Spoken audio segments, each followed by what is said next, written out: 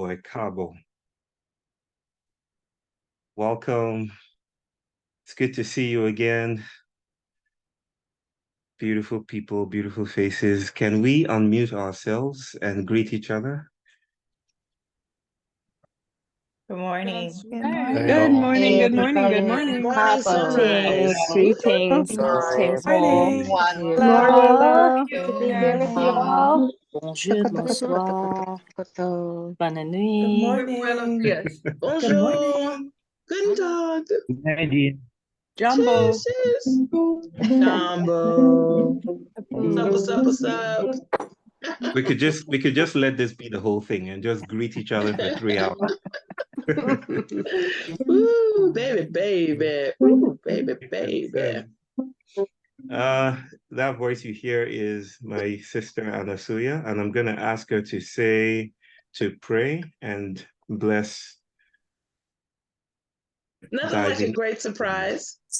Okay, so hey, I can roll with it because you know the Holy Ghost does live inside of me. So okay. Good morning, good afternoon, good evening, good Monday to you folks down under or up right side, depending on what planet you're on. So I welcome. The divine. Let's just all take a collective deep breath in and hold it, and then release it. Let's do that one more time. Breathe in and get all on the same heartbeat. And hold it and feel the air moving around in your chest. And then release it.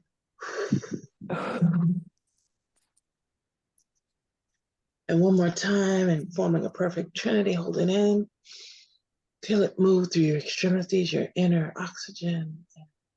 Exhale.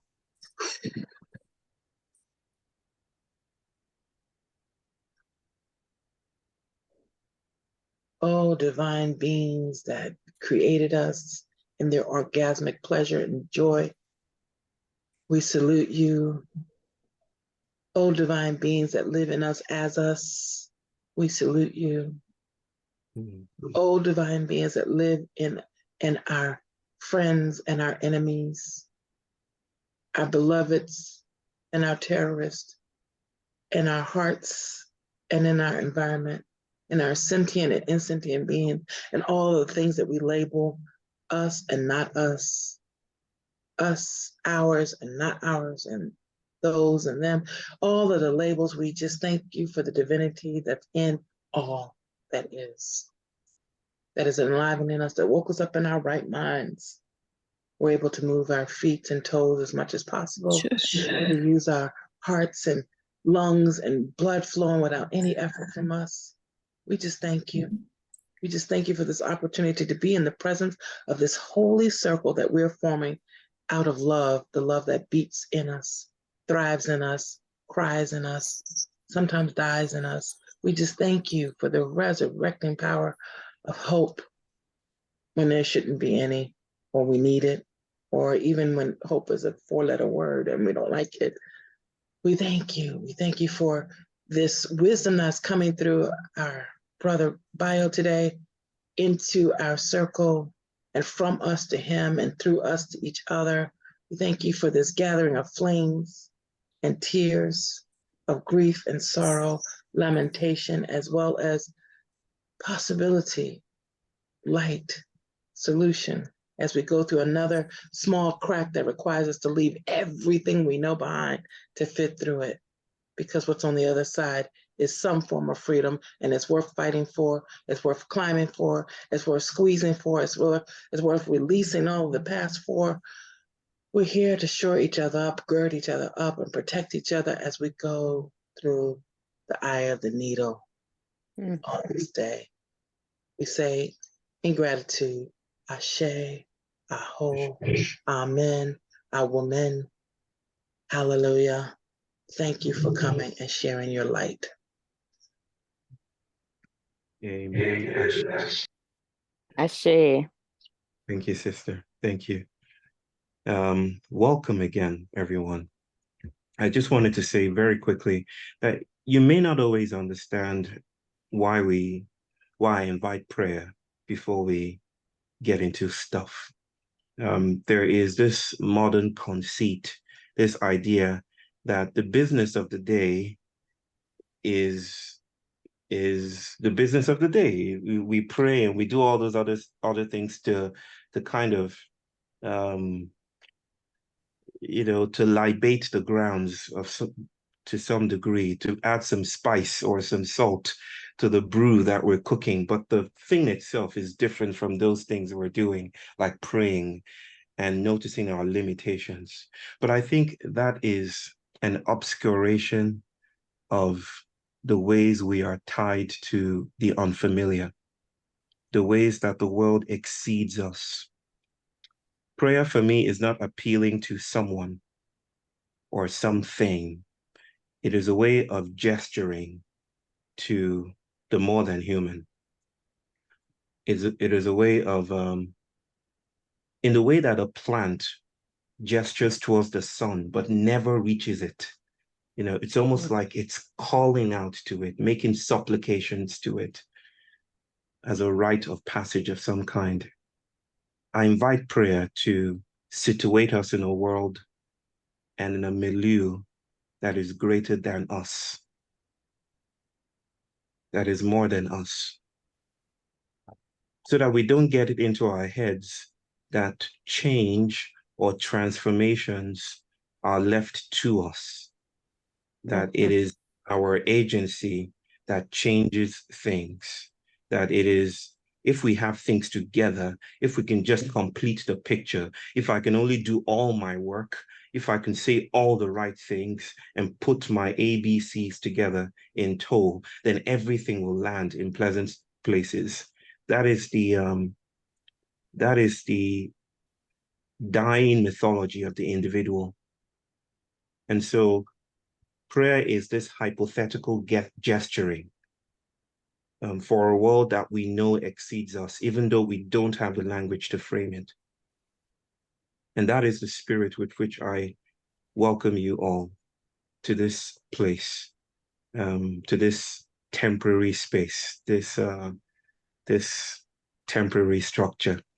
This is the final supplementary class, supplementary session together. And I wanted us to go through some things, but before doing that, it would be great to hear 3 people just speak from where they are in greeting to everyone else. I hate the sound, the monotony of my voice. So I would like to puncture the space and invite 3 persons from wherever you are in the world. If you feel led to greet everyone else, just to bring a blessing from the place that your feet is touching the ground, just to speak from there very briefly so we can get into stuff, and to just offer that blessing. Maybe you just saw the sunrise and it offered you a gift of some kind. You can spread that blessing, infect everyone else with this observation or something. So this is a pandemic of blessings. Can we have 3 persons from anywhere? If you feel led to do it, you can do it. They have their hands up, Bayo. Oh, there you go. Jenny. Hey, Kalispera from Thessaloniki in Greece, where the winter has finally arrived and it's brought big winds, but they're unsettling, but they're also welcome. Thank you, Jenny. Sarah, Mama Sarah.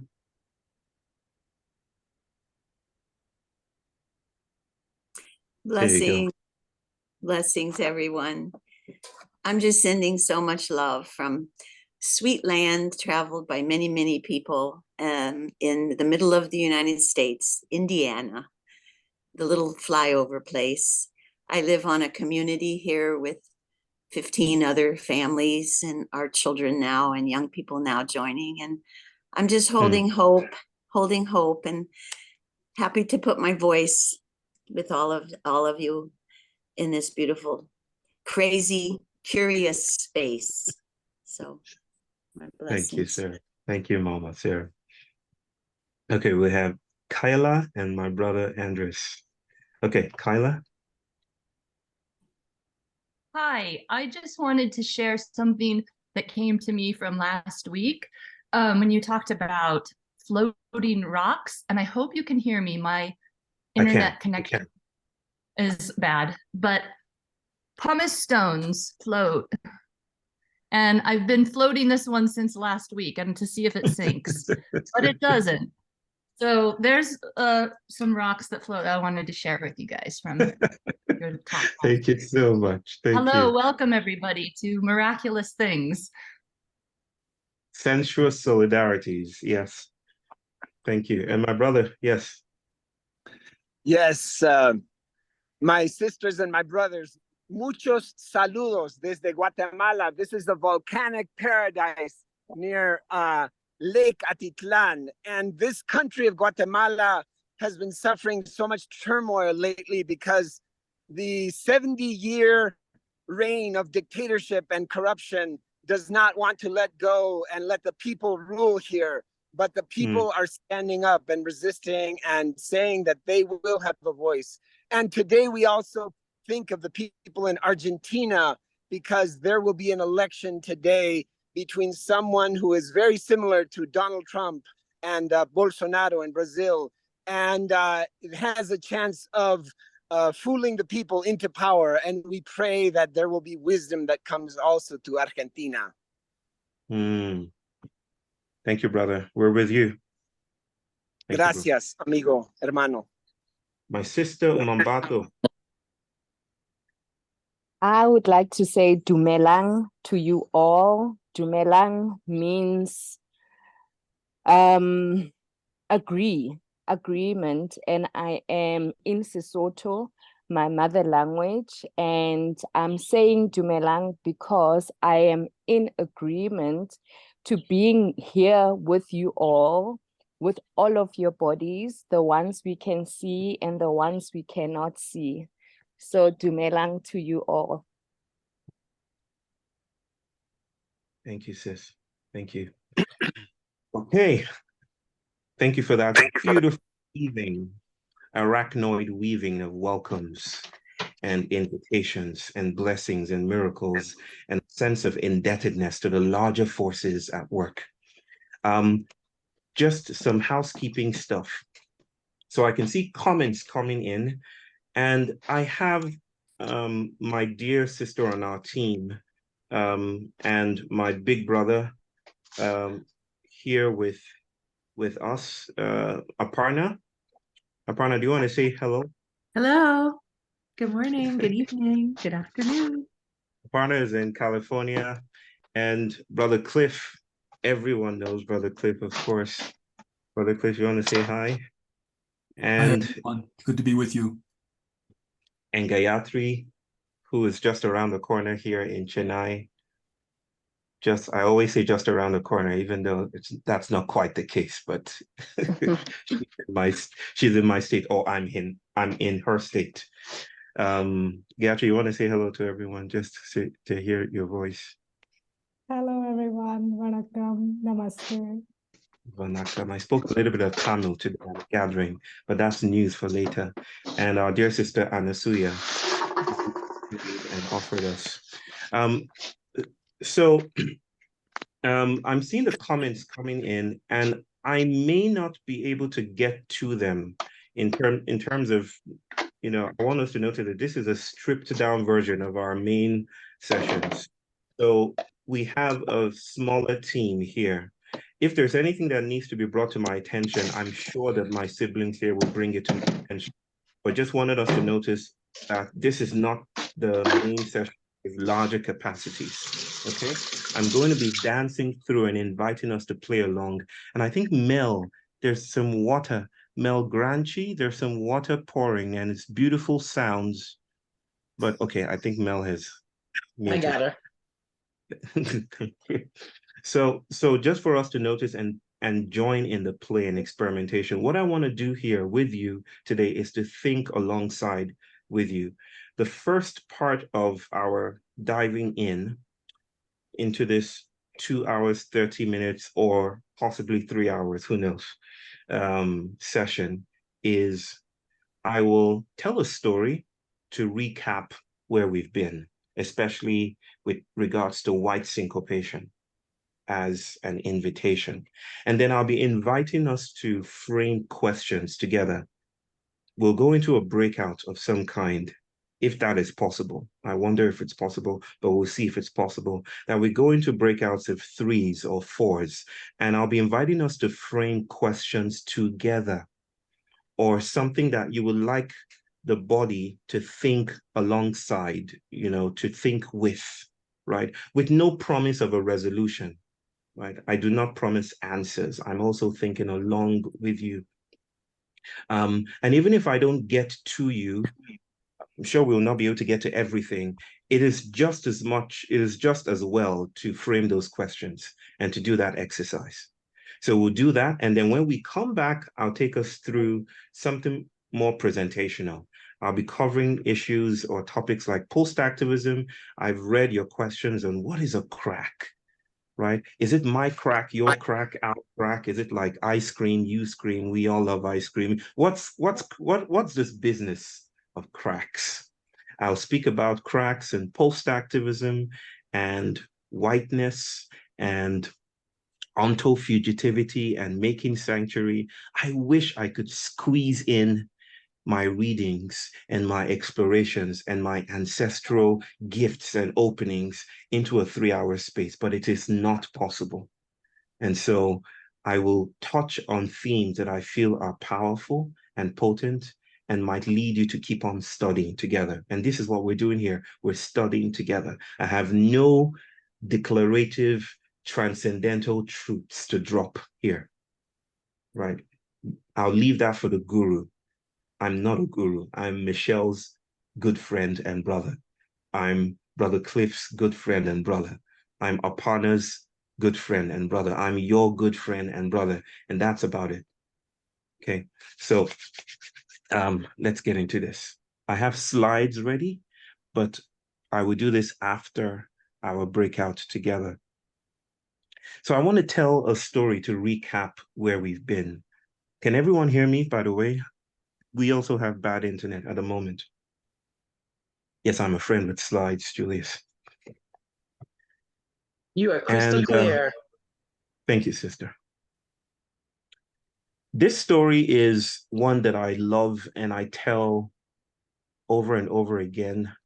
And it's like a joke. I've been telling people that public intellectualism has to look a lot like stand-up comedy these days, right? There's something about the ways that we frame truth and we frame discourse that makes it hard and rigid and brittle. The kind of operations we need almost invite the intellectual to slip through, right? To eschew precision and to slip through the cracks, to find some other way to intervene or interject or to disrupt the subject, the citizen subject. And this is the reason why humor runs through everything I try to do. I don't tell jokes very well. You should see my family when I tell jokes. I don't do it very well, but I try to speak through humor. So this is my punchline for this joke of sorts. And it's not quite a joke. It's probably not going to elicit laughter, but this is the punchline. And I'd like you to record this in some way or write it down, if you will. That white syncopation is about mistletoes. That's my punchline. And I'll develop the joke afterwards, okay? My punchline is white syncopation is about mistletoes. Michelle, you were mouthing mistletoes. Could you tell me what, Michelle? You can unmute yourself. Can you do that? No, you can't. Let me see if I can do that for you.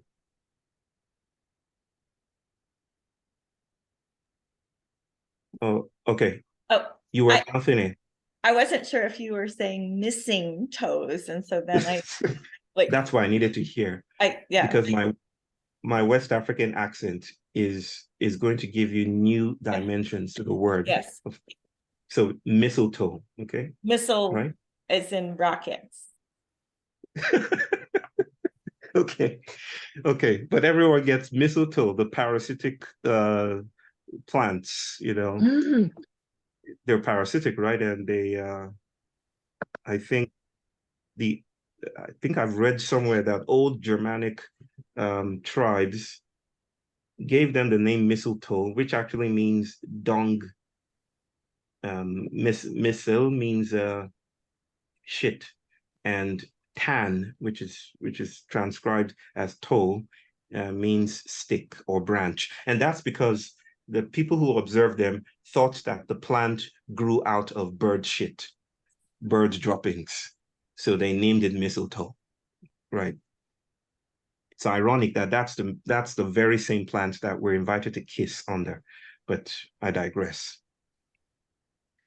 This story is about Baldur. Baldur is a god in the Norse mythology. Does anyone know the story of Baldur? Baldur.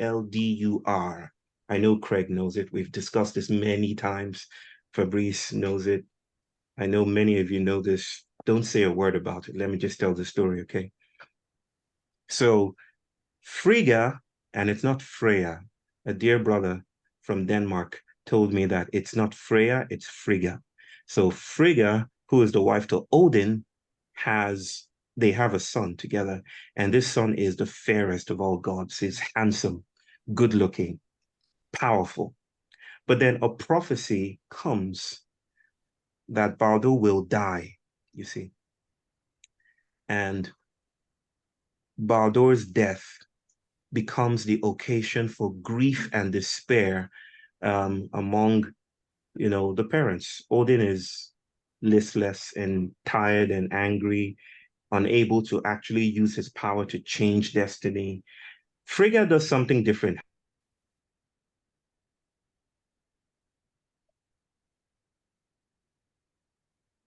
Universe travels across the multiverse and extracts from everything a promise, right? A promise that they will not harm her son. So she goes to the lion and says, is there still some confusion about the spelling of mistletoe? Is M-I-S, just to M-I-S-T-L-E-T-O-E, okay, mistletoe? And Baldur is B-A-L-D-U-R. We're good? Okay. So Frigga travels everywhere, convinces everything, goes to Gayatri in Chennai, says, you will not harm my son. And Gayatri says, I will not do so. Goes to Fabrice, says, you will not harm my son. And Fabrice says, I don't even intend to. I have other things I'm doing. Goes to the lion, goes to lightning, goes to mountains, goes to arrows, goes to every weapon of all kinds, extracts a promise and says, make sure you don't touch my son Baldur. And so the entire universe is brought into this parliament of agreement, this agreement structure in which the premise or the object of their affection is Baldur. And they promise that they will not, as far as they can control their own agency, they will not harm Baldur. As a result, Baldur becomes impervious to pain, unable to feel pain. He becomes actually the plaything of all the gods in Valhalla. So the gods would take every object they could lay their hands on and throw it at Baldur as a game, just to see if it sticks. But nothing sticks because, like my brother here, Kurt, Baldur is almost impervious. Kurt, I'm just kidding. Of course, you're not impervious. But Baldur is impervious. And so they throw things at Baldur and everything just slides down him. But you see, because he's impervious to pain, he's also impervious to pleasure. And so he's unable to feel the world. He is cut off, dissociated from the world. And in some iterations, modern new takes on that story, Baldur curses his mother, for his predicament, unable to feel pain, but also unable to feel pleasure. And he wishes for his death. Death would be the greatest thing that you could offer Baldur. But you see, Frigga didn't complete her task well. She missed a spot. And that spot was the mistletoe. X marks the spot. Turns out she remembered, but she waved her hand in some cavalier fashion and said the mistletoe is unlikely to hurt anyone. And she walked away. Loki, who is the trickster in that pantheon of gods, hears this story and takes the mistletoe, fashions it into a weapon, and gives it to some other god that is playing this throw thing with Baldur's body. And summarily, the arrow made from mistletoe pierces Baldur's body and skin, and he dies. And that's the end of the story. Of course, there are other things that follow through, but they are not vital to what I want to say. Thank you, Craig Holder, the blind god. It's marvelous. It's actually very, very interesting that it's a crip deity that pierces the skin of Baldur, because Baldur is emblematic of whiteness. And I'll say a few things about that. Baldur is an archetype for whiteness. Whiteness is, as I've said over and over again, because people are likely to hear through habits of mind to reduce whiteness to white-looking people. But whiteness is not white people. Whiteness is a recent, in terms of its historical emergence, a more recent invention, even though I wouldn't agree with the likes of W.E.B. Du Bois and some other thinkers that it's a social construct. Because to think it's a social construct is to imagine that we invented it or white people invented it. I feel it's a socio-material product, which is different from a social construct. A social material product notices the interventions, the agency of ecology, of microbes, of weather, of the more than human. We didn't invent whiteness, or else we could just summarily switch it off. Just in the same way we didn't invent racism. Racism is not a social construct. It's a social material product. It's a nuanced difference. We don't invent reality, right? So whiteness wasn't designed. However, it does trace its speculative roots to the 17th century. Du Bois was of the opinion that it came it's a more recent invention in the 19th and 20th century.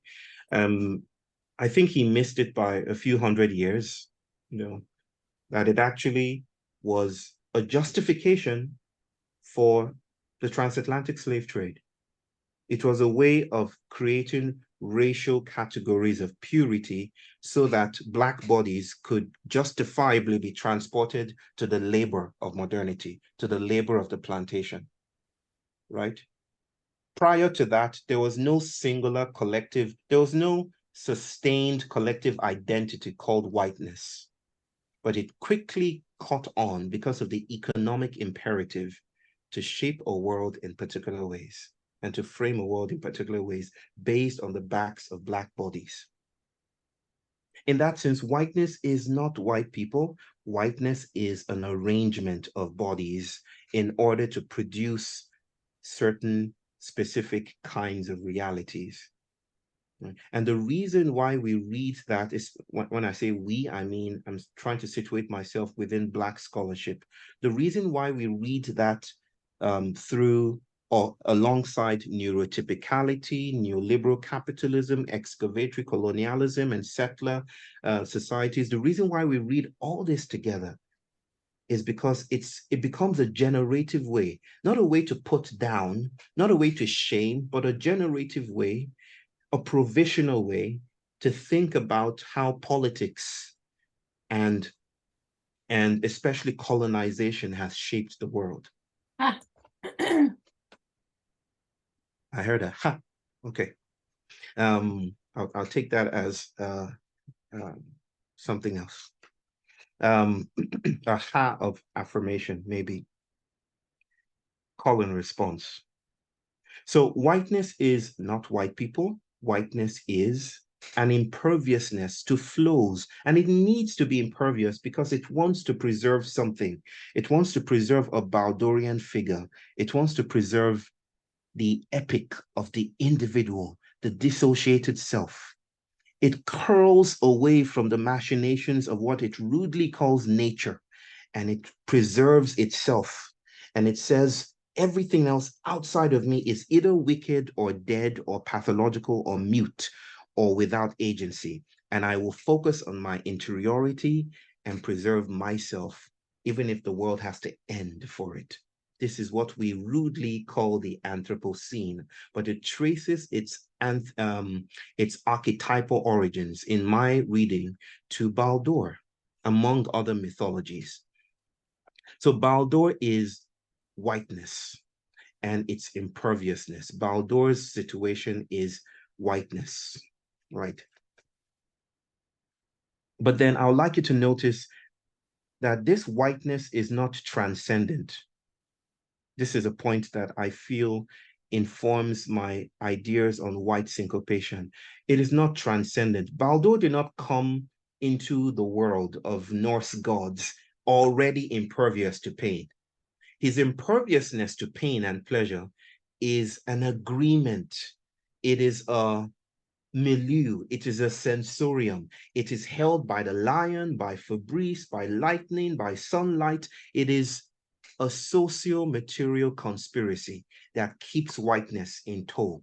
If the lion should withdraw its agreement and say, no, I've thought this thing through and I've decided I'm going to harm Baldur anytime I see Baldur, then whiteness becomes slightly vulnerable. And that's what this thesis is. It's not just about the fact that whiteness is a thing, a politics, a way of framing the world. It is also inviting us to notice that whiteness is vulnerable to material pressures. It can die, right? It is not also an evil that we are invited to vanquish. We don't precede whiteness. That's why I resist the idea that we invented whiteness. We don't precede that kind of relational field, right? Whiteness is a relational field. It is a way of relating, and it enlists bodies in how it comes to matter. Hence the mistletoe. The mistletoe is that which interrupts whiteness. The mistletoe is syncopation. Is that which penetrates the imperviousness and introduces new capacities to sense, new capacities to feel, new capacities to belong, new capacities to travel, new capacities to be in communion with, all the capacities that have been blocked out by the notion or the construct or the product of imperviousness. And that is the theme for our vocation, that our politics, even our activisms, our expectations, our anticipations are all territorialized within whiteness. And that is why we keep on producing the same things over and over again. So how do we change? How does change come to be? How do we travel? How do we listen? How do we pay attention? And this is what gives birth to the invitations of the cracks and post-activism and onto-fugitivity and blackness as travel and para-ontology and all those big words that signify the one thing, mistletoe. We are looking for the mistletoe as a politics, as a people. So that said, I want us to think together about what is arising. Before, in the last supplementary session, I invited us to speak individually. That took some time. I want to get through some things. I have no hopes that we'll get through everything I have here, but that's not the point. I relish the incomplete and the partial, right? It's fine. We're in this together and we'll keep on studying together. But for now, let us find others and be in a room together. And for 10 minutes or 15 minutes, I'm still wondering about that if it takes too much time, let us speak to each other what is emerging and then see if as a united front, a consensus might not develop, it doesn't have to, but if a question is pressing in that group, please produce it in plenary. And Adrian, yes, I'm so sorry that the joke went over, but there you go. I told you I was bad at jokes, but I've connected the story to the punchline. Whiteness needs mistletoes, okay? That was supposedly, Jordy, I didn't ask for your commentary on my jokes. I know you tried. We're gonna keep working on delivery, but you're getting closer. Next time the punchline at the end, but hey. Why did you come? Why did you come? Why did you come? Okay, my little brother is here as well. Good. Okay, so Aparna, can we fix breakouts together? Yes, you said about 3 to 4 people. Yeah, 3 or 4 people. We're 243 here now present. Is I think 4 people would be good. 4 people would be good. Okay. Thank you, Adrian. I know you appreciate my comedic timing, unlike some people that I call siblings here. So the instruction is simple. Just sit with each other for 10 minutes. If a glowing spot starts to surface, a question that feels like it catches everyone in that breakout room, then let's present it in plenary. See you soon. Hemara. How may I help you, friend? I'm just greeting you, I'm just greeting you, sister. Just greeting you. Where are you in the world, Kamara? I'm in Boston. Boston, okay. We'll be moving to Massachusetts next year, my family and I, for a couple of months. Well, welcome. I'm happy to show you our wonderful Commonwealth. Thank you. Thank you.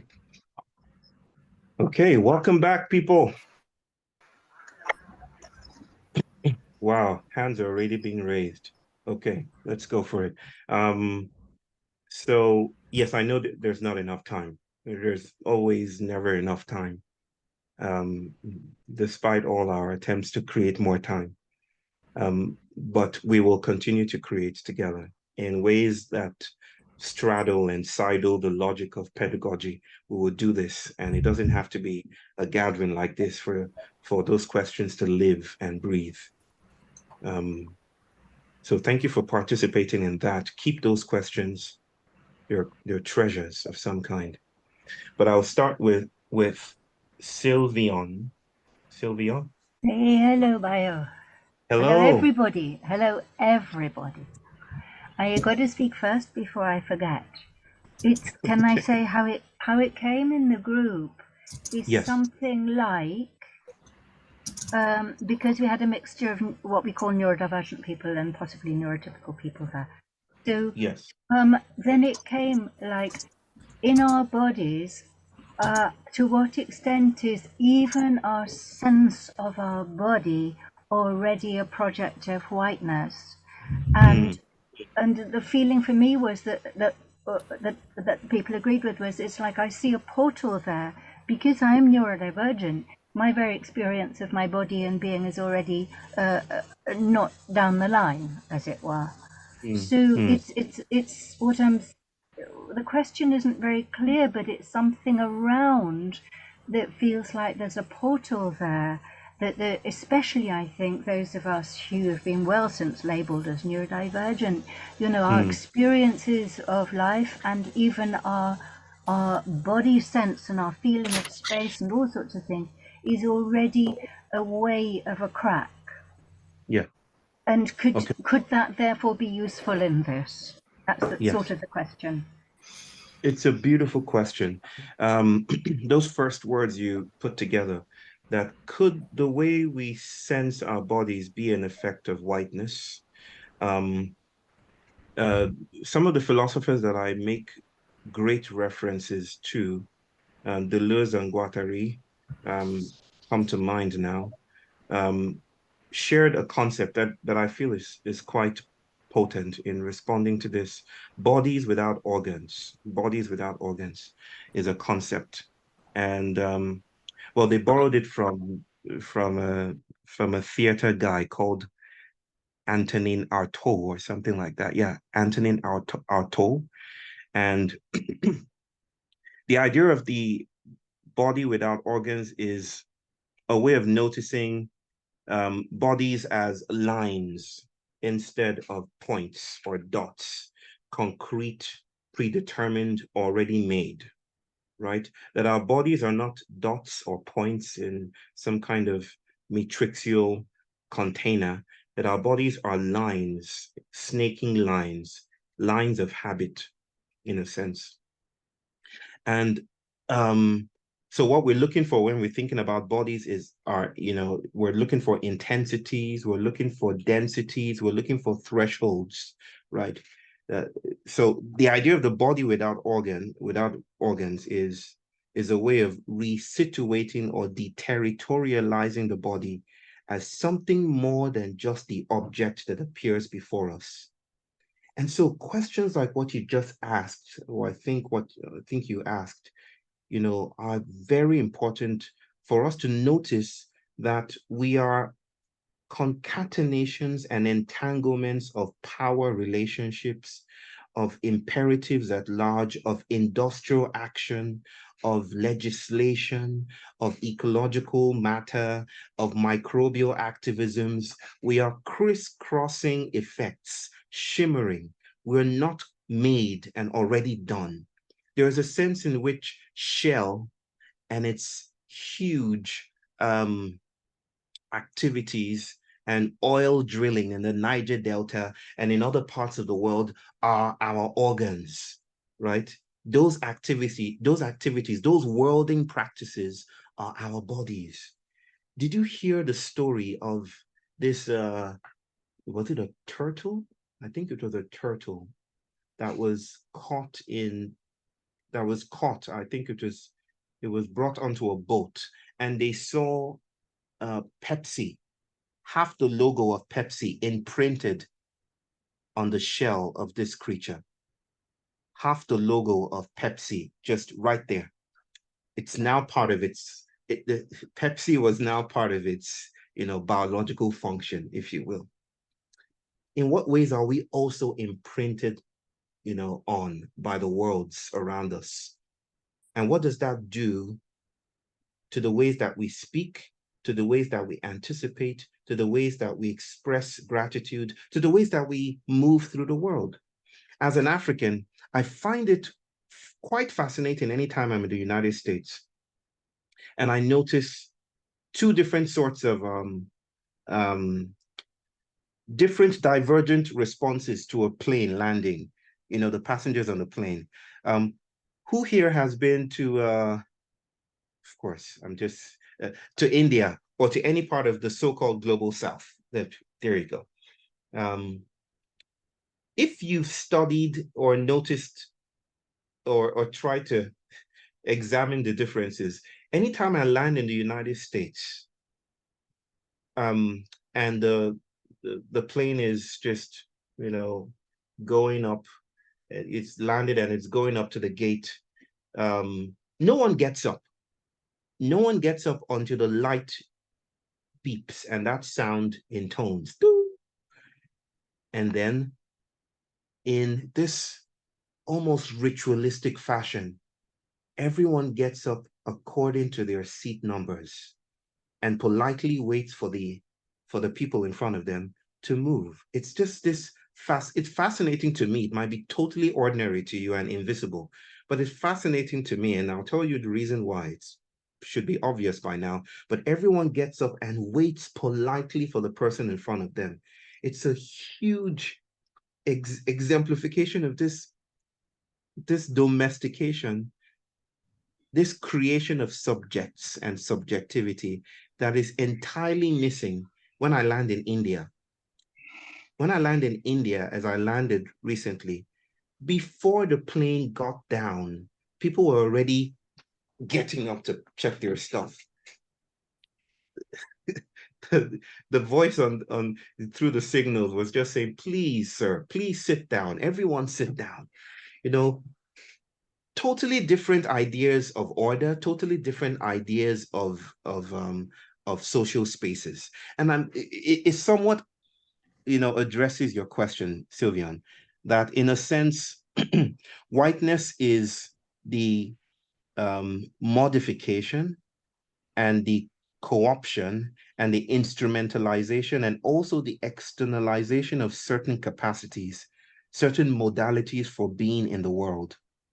It domesticates and it holds and it tightens and it corrals and it imprisons. But it is also a form of creativity. I'm not putting whiteness down as a bad thing, an evil thing to get rid of. It is a form of creativity that modifies the world in certain ways and therefore produces certain kinds of senses. But it also cuts us out from other aspects of what the world is doing, from ancestrality, from dreams, from the invitations at large, you know, around us that undercut the idea that we're individuals. So I also have danced with your question, Sylvia, and I hope that at least troubles some waters and invites you to think alongside me with regards to whiteness and capacity. Thank you. Does that make sense? Can I just respond briefly? Yeah. Yes. Yes. Which is just, I thank you very, very much for your consideration of that question. And because I'm speaking in what I call NT land, I'm speaking the lingo already of neurotypicality just to be able to communicate with you through the screen, which means that it's very, very difficult for me to really speak because it wouldn't come out like this. This is just conditioned, you know, adjustment for me. It's masking, which you'll know all about. But what I'm trying so desperately to sort of say is that those of us who couldn't be fully conditioned into neurotypicality, we just couldn't manage it. Every time we walk into a room, people feel like there's a disruptor present. It's my life experience all the time. But I'm also saying that in a space like this, I just regret this may sound arrogant, and I'm sorry about that, but I think we might be useful to people. Do you know what I mean? Because we experience life so differently. Yes. We already frayed around the edges differently. Yes. And so there's something we may be able to offer somehow within that. Yes. That's what I'm trying to say. It scares me to say it, but I say it. Absolutely.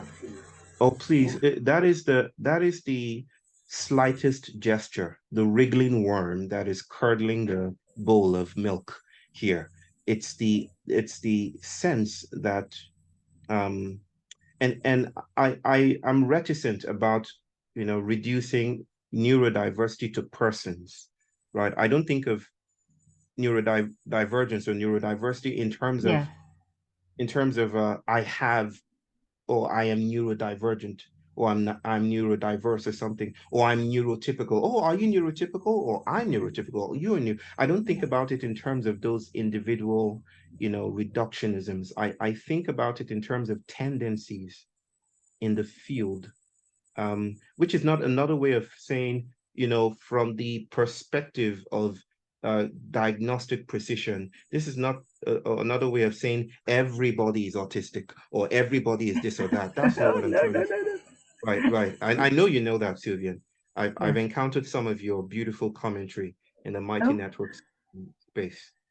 Oh, thank you. And I've read you and I've taken notes. I'm learning. You got my number. I got your number. I'm calling you right after this. So you bad man. So the idea here is that neurotypicality is not a person, it's not a collective, it's not a racial category, it's not a typology. It is a tendency within a sensorium. It's the majoritarian, right? It is how certain predetermined values repeat themselves. It's rhythm, it's the ritornello. I'm using some other Deleuzian terms that I will get to in time, but it's and not to say the neurotypicality is ritornello, but it is how we habitually or how habits create milieus over and over again. So, but the thing about neurodivergence is that it cracks open something. It enables other postures to be felt, and this crack ripples through the entire amniotic space of the milieu and allows other kinds of shifts to happen. I will get to this in time, but you are dancing to the same music that I'm dancing to. So I want to say just, and I know how much time I've taken here, one more thing, and that is sometimes when we find out what I call find out about ourselves after a lifetime of trying to be what we aren't, yes. We go through the terrible twos. Yeah, and sometimes just being able to other people, having been othered so long, just becomes a part of a kind of rage and distress that may need to be worked through. And actually being able to have coined as an insider term, the term neurotypical and neurodivergent came from within the community and not imposed from outside. They're a hugely important political kind of, was claiming, like blackness claiming, being, And so I think it's very important to make those two distinctions, because I'm with you entirely about neurodivergence as life, but also the claiming of the labels is a way of standing up for something. Yes, it is a way. Thank you for letting me say that. Oh, definitely, Sylvian. It is a way of standing up with something, but it also poses a risk, right? Because to stand up is to be upright, and to be upright is to offer posture to a paradigm that feeds on that posture. That feeds. Oh yeah, I get it. Okay, I got it. I gotcha. You got it? Okay. Yeah, I got it. I'm quick. So just a risk. It comes with a risk, everything comes with that kind of risk. But thank you. This has been massively engaging. And everyone, please, if you can, copy and paste the comments that are streaming in, which have beautiful questions and insights on a Microsoft Word document, and just read them afterwards. It's beautiful what's emerging there. Okay, I'm just gonna ask Letitia. Letitia, can you hear me? Yes, hi. About those. Were you in one of the group, sister? Were you in a group, No. breakout? Yeah, I was with Eduardo y Carla and someone. Okay. So it is not an individual question. it is like, yeah, exactly. It's not my question. It is how to allow the mistletoe without feeling threatened by it. Say that again? How to unload? Is that what you said? Allow. Like, yeah, we talk about safety, isolation, not to disrupt. And then, yeah, this question of how to allow the mistletoe without feeling threatened by it. I don't think we can anticipate the mistletoe. If we can anticipate it, if it's already part of our anticipatory modalities, then it isn't the mistletoe. I'm thinking from the perspective of Baldur, who expected imperviousness, who expected indifference, who expected dissociation. And then the mistletoe, which is totally alien to that imperviousness, crashes through the assemblage of his protection, of his body, right? And you see,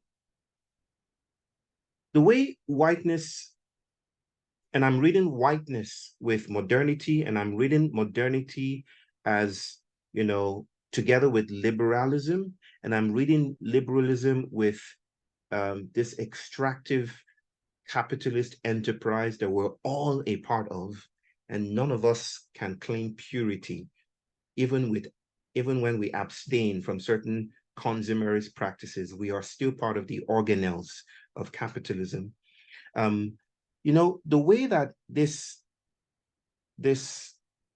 totalizing edifice tries to sustain itself is that when it notices an opening in its body, when it notices a crack, it does as much as possible to pathologize it, or as my sister Erin would say, to police it, to cordon off, the wound, to do as much as possible to drive white blood cells, right? I know you smiled, so maybe that was a joke. It just came too late.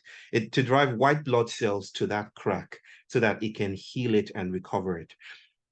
It's constant. Whiteness is constantly haunted by flows and hidden tensions, but it has gotten quite resilient at sustaining its shield, so to speak.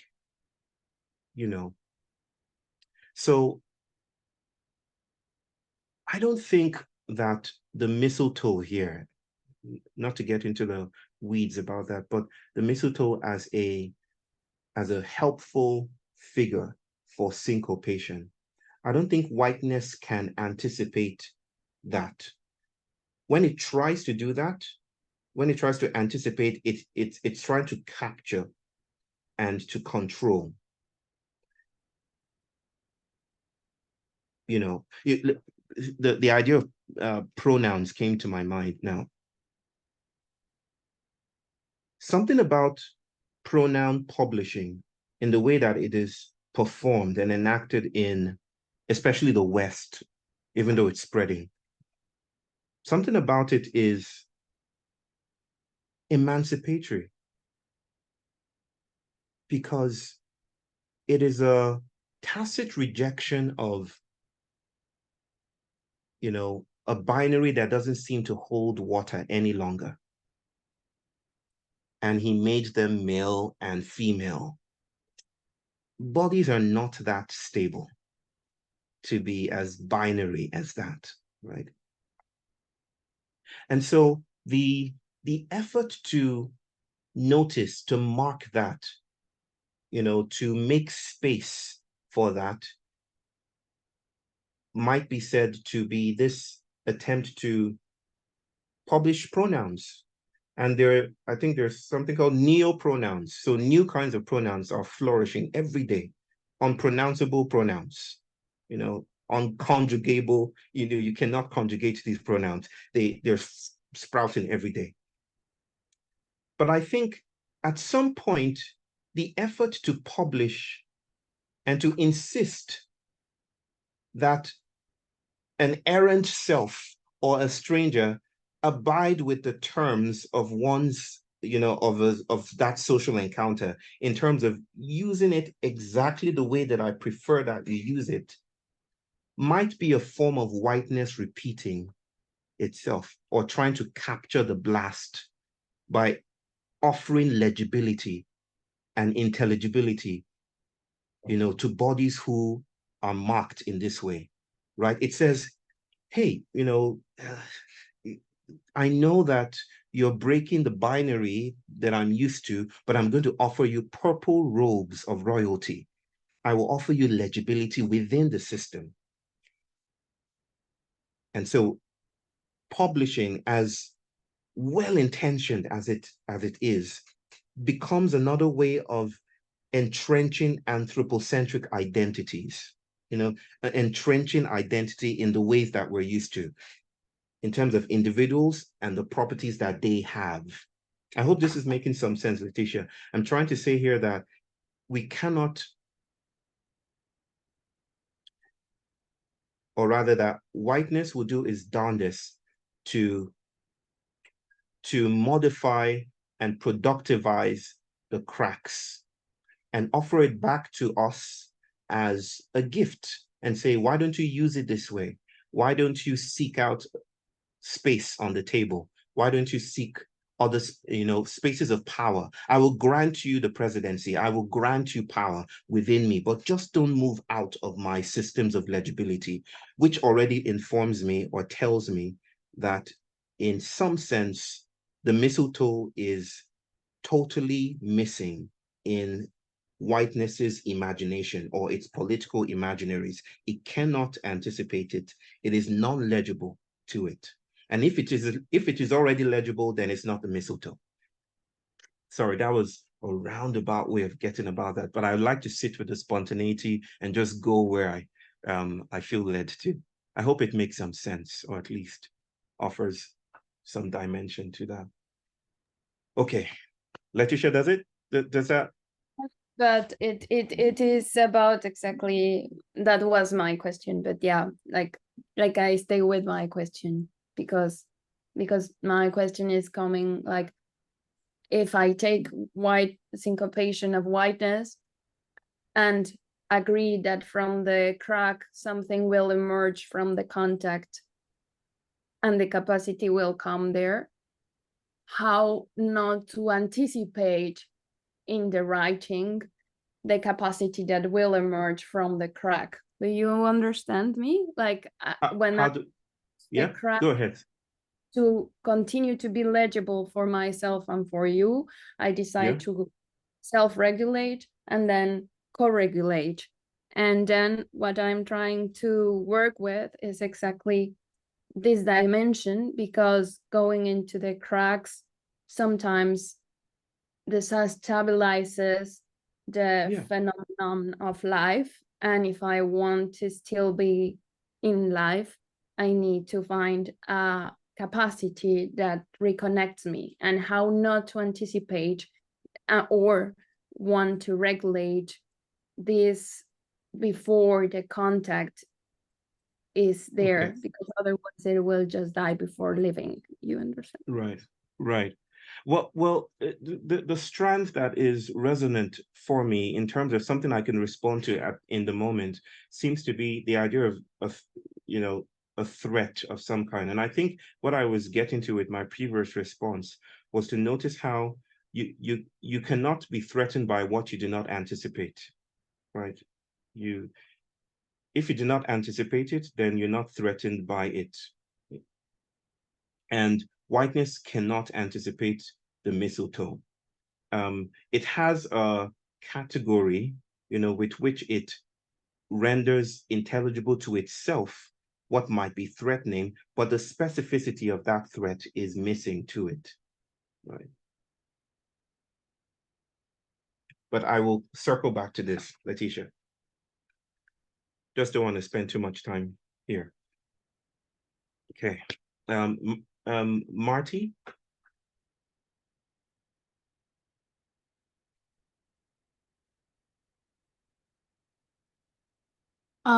In my group, we talked about kind of being drenched by the course, and then we talked about I brought up the fact that mistletoe in the Baldur is the killing instrument, right? Yes. But in modern anthroposophic healing, it is the cure for cancer. Yes. And we are the cancer, right? So I was loving that. And I have also thought the beauty of something that the word means bird shit. And in permaculture, we think of even pigeon shit is valuable, right? Even though in the West, in the whiteness, we want like acres and acres of cow shit, right? But bird shit, it gets delivered It doesn't take machinery. And so there's just like these really amazing images to me of like this magical, easy delivery of something that's so minute, the homeopathic, right? Right, right, right. That is, thank you for reading it that way. That and yes, I knew about the curative properties, you know, for cancer. Now, just to dance with that a little, to jive with it, to vibe with it. When you say we, I would like to stress that it's not we humans or even a class of humans, like we human beings are the cancer, or we white people are the cancer, right? This we here has to be troubled sufficiently so that it produces not just humans as part of its troubled communality, but it produces non-humans. It produces territories and organisms and rhythms, you know, and densities and thresholds. It doesn't produce humans. I really would invite us to think along with the post-human, you know, or the post-humanist. It is not about humans acting upon the world. It is noticing that we are informed within sensoria, right? And whiteness is a sensoria. Whiteness is a milieu. Certain tendencies which greater minds than myself have identified alongside, you know, neurotypicality, right? That there's a sense in which it repeats itself on the major key. This is not a dismissal of the major key, because the major key, you know, carries the burden of larger territorial shifts. But the minor is how it turns. It's the turning, right? And our politics here is trying to build an aesthetics, not coming from our individual preference to do so, not coming from choice or intention, but an attending to, because we're compelled to, at this moment in time, to convene a pragmatics. I'm using my dear, and I'm sure she's here, Erin Manning, her terminology of the pragmatics of the useless, right? A crack is useless. What is useless is non-instrumental to whiteness, right? It hasn't been put in the family way yet, and that's what makes it threatening, right? A crack breaks the lexicon. It just, what do we do with this? At least when it first emerges. Over time, whiteness would do its best to put it in the family way, to assign value to it, right? To tie it down, you know, to give it legibility or recognition, right? Think about how the Christians persecuted in Rome were invited into the palace and decked with purple robes and given the highest authority by Constantine, and how that turned, if you will, a seditious, mutinous spirituality into a state religion, you know, something like that. But we're jiving, we're together in this. And I just want to say something about someone who wrote a comment who said, if Baldur is whiteness, what are the other gods? Metaphors are never complete. It's just a partial way of reading and reading together with. It's not supposed to be a typology to say if Baldur is whiteness, Holder is blackness, or this is no. It's just a limited, metaphors are by their very nature, limited associations, a way to read together with for the time being. Okay, I'm just gonna call Beverly. Hi, thank you for this discussion. What came up in our group was that we need multiple mutations of mistletoe. In other words, not being too precise about it, because not one weapon or tool is going to be useful for dismantling. the shield of Baldur. And it also was that we need to welcome discomfort, because comfort is part of what defines whiteness, and recognize that with every birth we are welcoming death. And but another question is, you know, Frigga is part of this mythology, seems to be that arrogant force that thinks that it can create something that is antithetical to what real life is, which is being with death and grief. So just some thoughts. Thank you. I particularly, I'm in love with the idea that the mistletoe is, it doesn't stand for one elixir. It's not a magic bullet, right? Even though the story might present it that way, but it's just a way of noticing or thinking along the figure of the mistletoe as a parliament or a village of technologies that are still emergent, right? And are never going to be complete, never categorical or pure. There's no single method that we will find that will take us out of whiteness, so to speak, right? And to find the single method is to have been used by whiteness. Yes. And we found this is we need multiple tricksters too, many kinds of tricksters. We do need tricksters, but we do not only need tricksters, we might also need heroes. We might also need other archetypes, right? Yeah.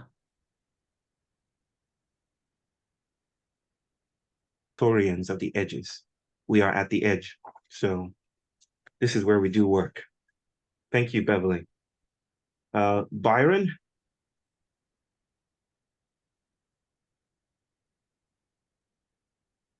Oh, wow. Can you hear me? Yes, brother. Okay, yeah, real quick. That's a nice jacket.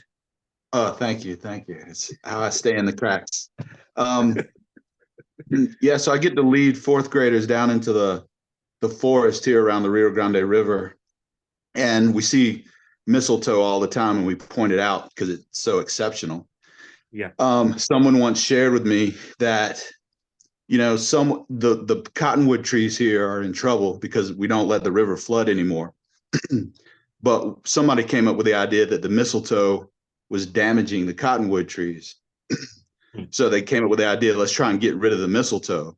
So in certain swaths of the Rio Grande here, the bosque, they took the mistletoe out. Some other people came in afterwards and found out where they eliminated the mistletoe, there was a lack of diverse organisms and species. And where the mistletoe remained, there was way more diversity of living organisms. So we really found that interesting at the end of our discussion, that where mistletoe is present, diverse life was present. Where mistletoe is taken out, monocrop, loneliness. So that really resonated with our current environment in this whole discussion of Baldur. Brother, thank you so much. I mean, I think it's worthwhile to investigate while we're on mistletoes, whether there's some mythology around the plant and its trickstery status. It's interesting that that was Loki's tool to intervene. It was Loki's tool to break through the shield. Might there be other stories that might inform us? I'm a James Hillman fan. And so this is the founder of archetypal. I don't think you would like the idea of a founder, but you get my point. Founder of archetypal psychology. And he was of the opinion that therapy or psychological discourse has to look like storytelling and a love of poetry and a love of words sometimes and a love of mythology and archetype. And so maybe there's something there with the mistletoe. I don't know why that's a sticky point now, but it's a glowing data point already here in our conversation, brother. And thank you for sharing that. That makes sense to me. Absolutely. I know little about mistletoes, but that makes sense. Thank you. Virginia? Hello, can you hear me? Hello, Virginia. Yes. Hi. Thanks everyone for sharing. I actually thought not. I was in a group with Dawn. Dawn, where are you? It was just me and her. Just you and Dawn? Oh, okay. Yeah, and group. we said that we would both share, but we started talking about purity and the idea of how this kind of quest for purity is at the basis of so much of the systemic issues that we're facing in the society. Yeah. And then Dawn came up with a really beautiful question. Dawn, do you want to speak? Or maybe she's not here anymore. I don't know. I think Dawn had to go. Oh, okay. Anyways, so it was really interesting because she was when I was talking, she was like, oh, okay, you made me think about protection. And she said, how do like all these stories and all these like wars and conflicts, they're at the basis, there is the idea of protection, of protecting yourself, protecting another. And the question that arose was, yeah, we're protecting, but from what? And it kind of like, it stuck with us also how, I mean, it was really interesting because I, as a white woman, was like, oh, if I think of having a child, and I thought of a boy child, I was in my binary conditioning, I thought maybe I'd want to, you have this idea of like wanting to protect your children. And she said, yeah, I mean, me with my child, I just wanted him to have a soft landing. And I was like, maybe that's what I would feel also with a daughter. And it was just a very interesting conversation, but around sort of protection. And just to add what because we just discussed mistletoe. Mistletoe is actually spoke as a parasite and as an invasive plant. And I found that quite interesting. Thank you, sis. Yes, I think protection is a beautiful impulse. Without protection, we couldn't possibly thrive. Cells had to evolve membranes in order to protect themselves from the environment, right? We will need to protect ourselves to live, to survive, to do the things that we do, right? It's quite a different thing for you to pathologize within a binary, right? So it's not just protection that's at work with whiteness, it is the pathologization of the other. It is naming the other, it's pathologizing the other. And it is doing that in order to preserve certain practices that are based upon the extraction of the life force of this other, right? So it's like we need, I've often said to people that faith is fidelity. It's the fidelity of relationships that we are summoned into. It's not necessarily belief in God or something, but faith is, you might even think about it as symbiogenesis. And there's a lot more to say about this that I cannot get into here. But there's a sense in which we borrow other bodies to negotiate complexity in the universe. That Virginia needs other bodies to be herself. You need microbes in your gut. You need lactobacillus in your body to eat stuff, right? You need other things to be yourself, right? And that is how we navigate the world of complexity. But certain kinds of relationships are deleterious in terms of they subsidize our existence, and we use them as platforms upon which to practice permanence, right? I've told the story of the tigres. I think I'm pronouncing that right, or at least legibly enough. Tigres in Rio de Janeiro, Black bodies that were the first public toilets in Rio de Janeiro. So the city was aspiring to be like Paris. You know, I actually walked to those places to be like Paris. But they didn't have a functional public system, toilet, a latrine or public system. And so what they did was they took black bodies, and black bodies would, speaking about being uncomfortable, might as well say this, would take the fecal matter of the citizens, the proper citizens, and transport them, you know, to the places where they were dumped. And those bodies were so marked by the toxicity of that fecal matter, of the shit, that they had lines drawn on their body, in their bodies, right? Their bodies were unable to ingest the horrible matter that they were carrying. And so people called them tigers. They had a nickname, tigers. Those are the bodies that subsidize whiteness, right? Bodies of all kinds subsidize whiteness. It's a different kind of thing than to speak about protection. This is not protection. Whiteness is not merely protection. Whiteness is protection from the pathological order, right? Which it has already pathologized, right? Its politics is to justify my permanence, I will make you less than. And that's how it exists. But please protect. Thank you. Yeah. Angela, and we'll just take a few more, maybe 5 more minutes in this part of our dance. My sister Angela. Maybe we can take a deep breath after hearing about the tigers.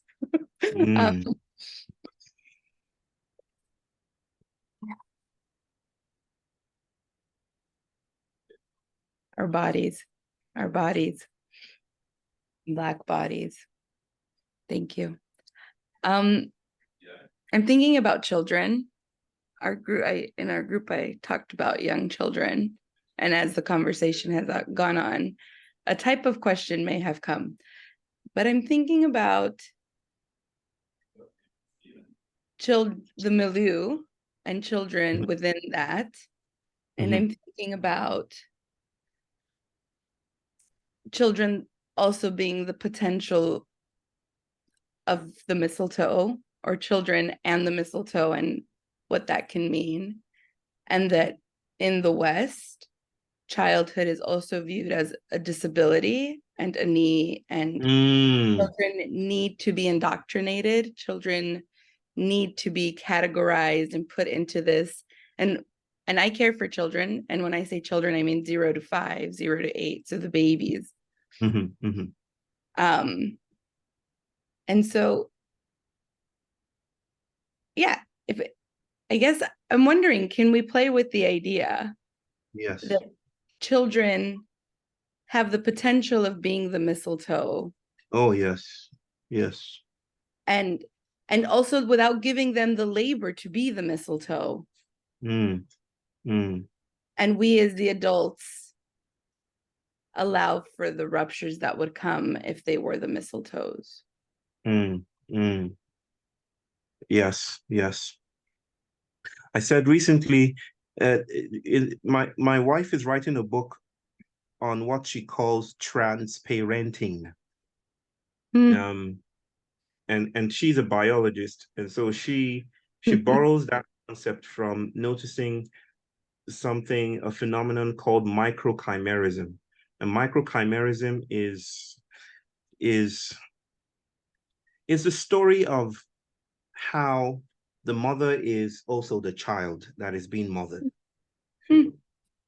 That in the womb, the cells don't just propagate northwards to the mother, or rather downwards to the child. They also, there's also an upbeat, if you will, and the child shares its cells with the mother, imprints itself in a sense that they're co-making each other. The mother makes the child, and the child co-fashions the mother, right? It's a co-mothering process.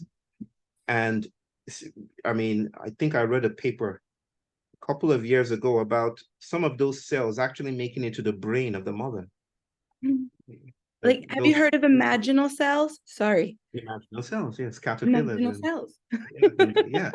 So they make it all the way to the brain of the mother, and the child that comes after that child has left the body of the mother is also imprinted with the cells of the sibling, so that genealogy is never linear. It's triangular and chimeric. Chimeric meaning monster, right? So it's like a crossroads of some kind. And so she's working with the idea, that's my wife, she's working with the idea of transparenting, that parenting is not this top-down thing. It is a milieu of some kind. You know, she's extending the idea to even include Netflix. That when the architecture, we're in such architecture that, you know, Netflix is now a new kind of parenting, you know, that happens with risks involved, obviously.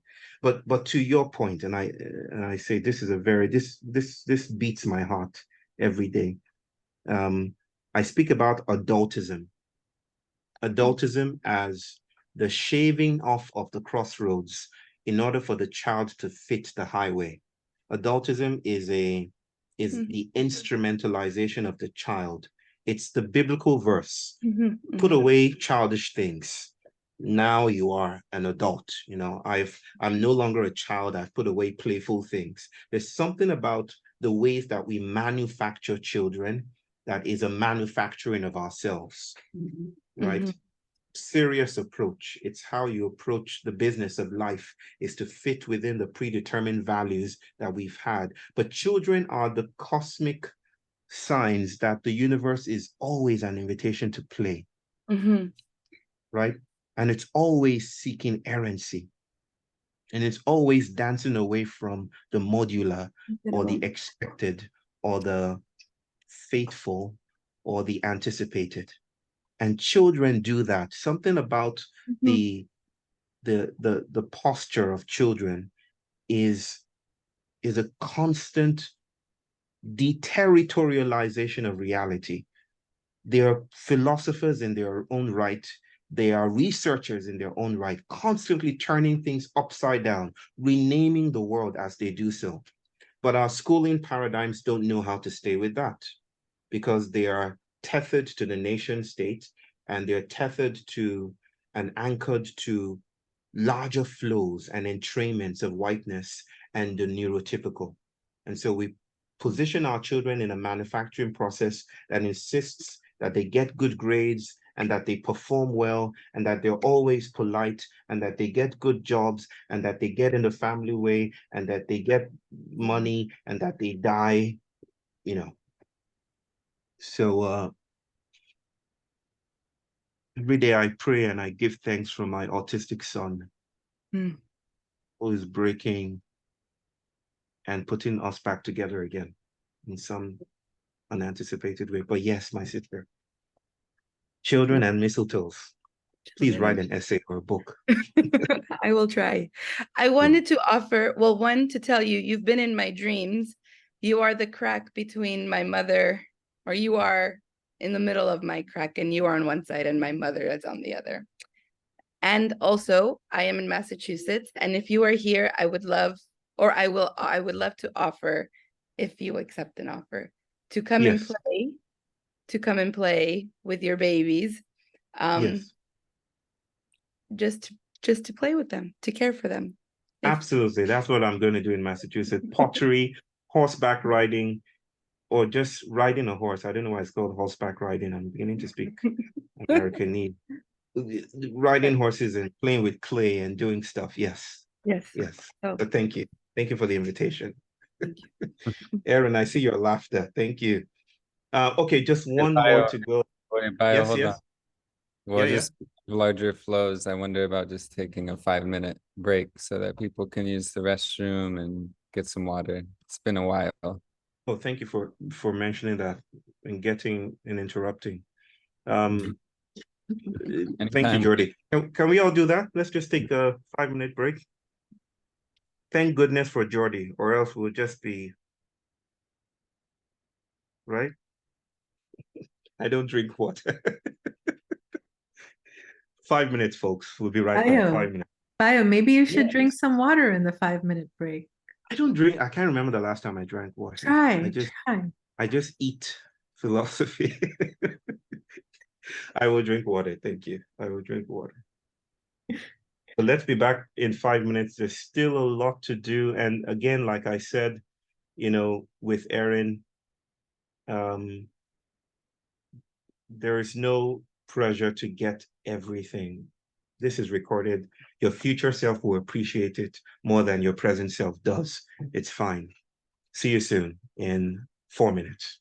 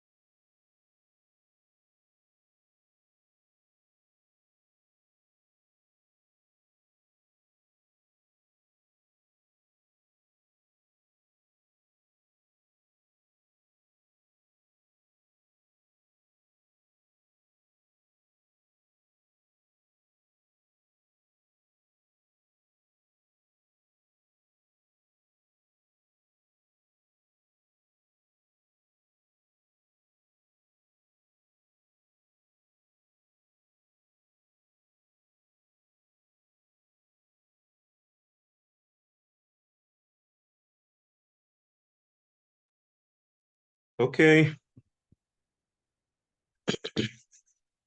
How are we doing? Cup of water taken, my first in 2 years.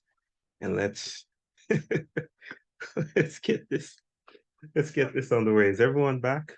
Coming back?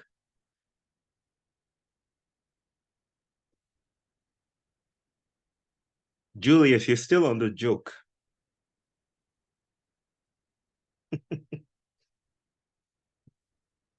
I know I messed up the joke, brother. So we'll just take a couple more and we'll have just some time to go through the presentation. And I want to carve out some time potentially to do to respond directly to some questions that came out on Mighty Networks. If we don't have the time for that, then I will go back to Mighty Networks and actually respond to them, you know, with text instead of here. Umambato, she's not back. Seal, is it Seal? Mama Seal? Oh, hello, yes. Yes. Okay. Our little pod did not formulate a question. We were kind of flowing from the idea of what is emerging. And for us, what emerged, it seemed like altogether, was there is a palpable unbecoming that is occurring in all of our work, in all of our experiences. And there was Susan, Natalie, Sarah, and myself. And Susan offered that she felt that it was coming from a broader cosmic field. Right. And Natalie, she was the youngest of us, felt that even in her youth that there was a significant shift, a turning, that the world is different now than it has been.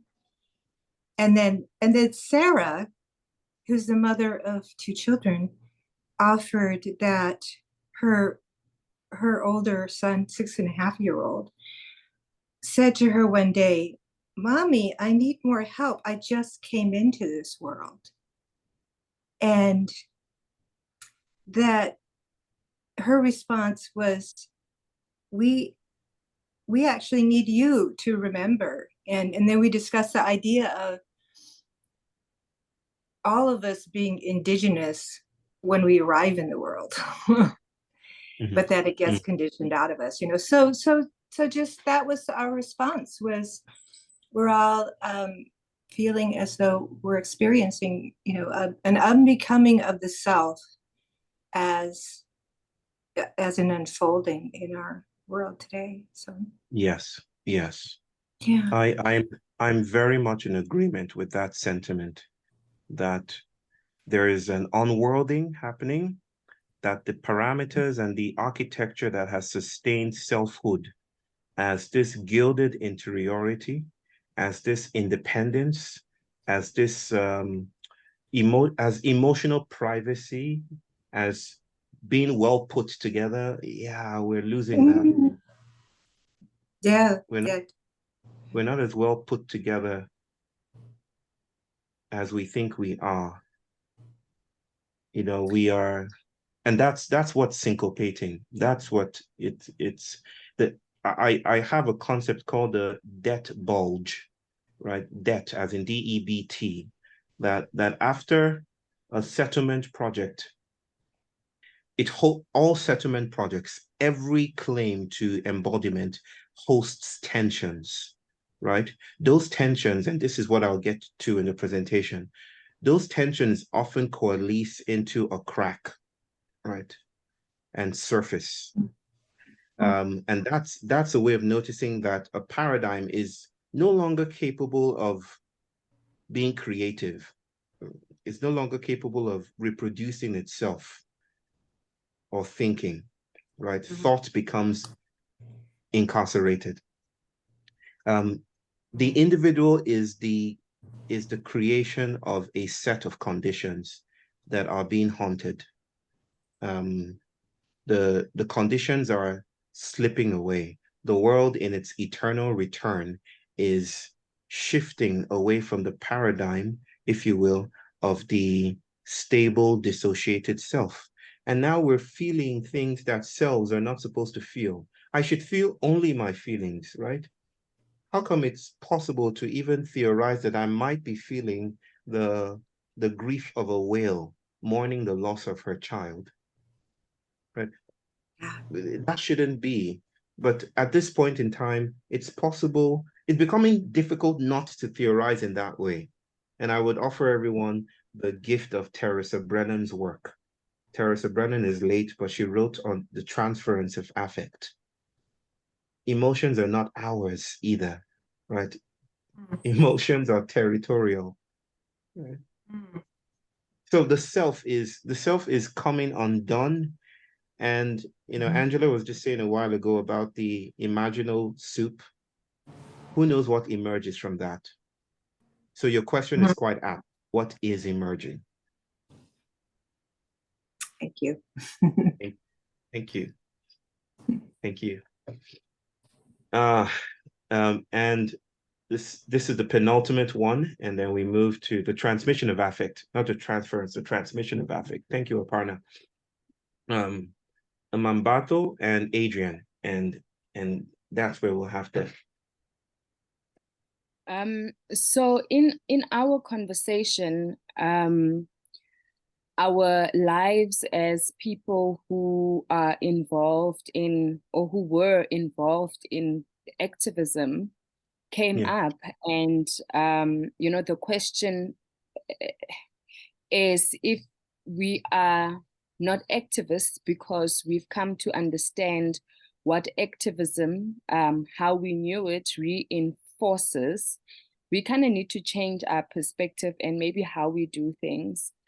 But what also came up is how, for me, in my personal journey, I have had to crash everything I knew as maybe aspirations had to crack.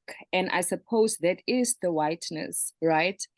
But that required a personal decolonization journey of some sort, which is what I'm going through right now. And it is a continuous process, right?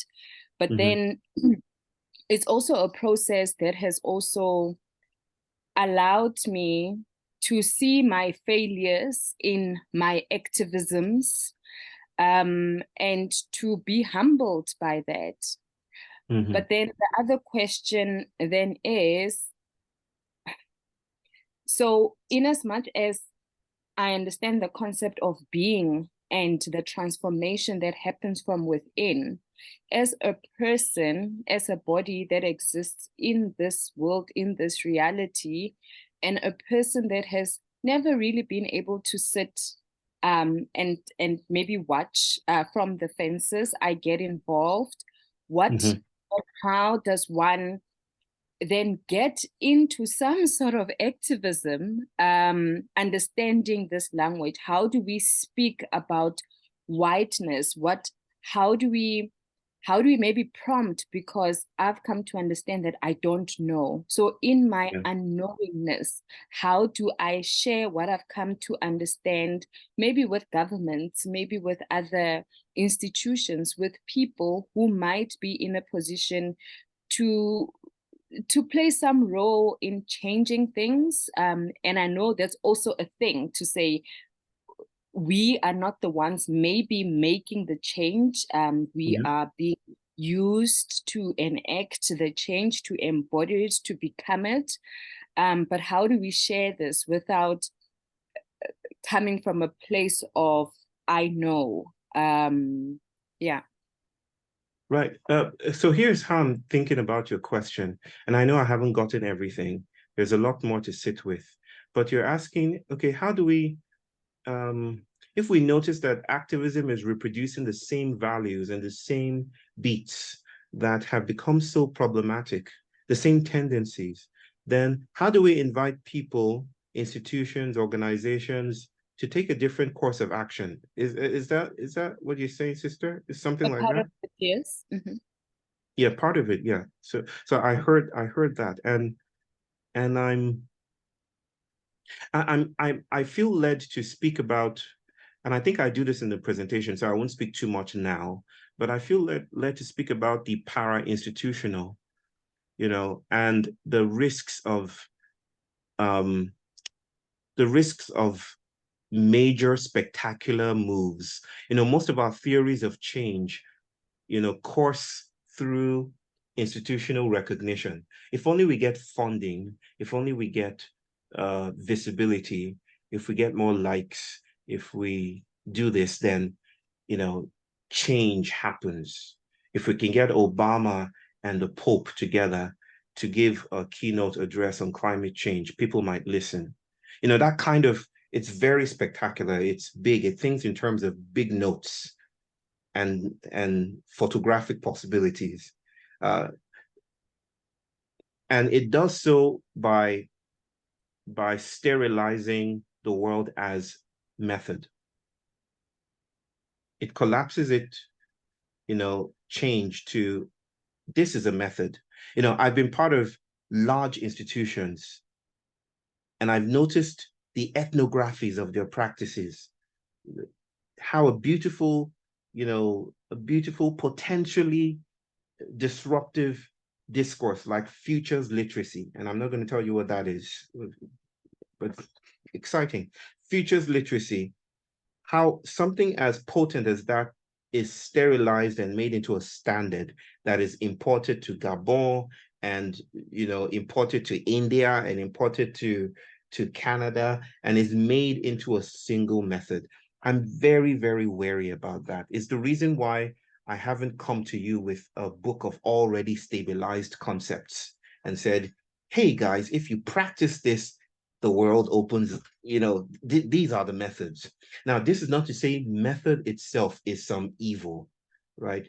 We would need something methodical to plant, to take root and to do some kind of work. And I'll speak about that later. But the reduction here, is problematic.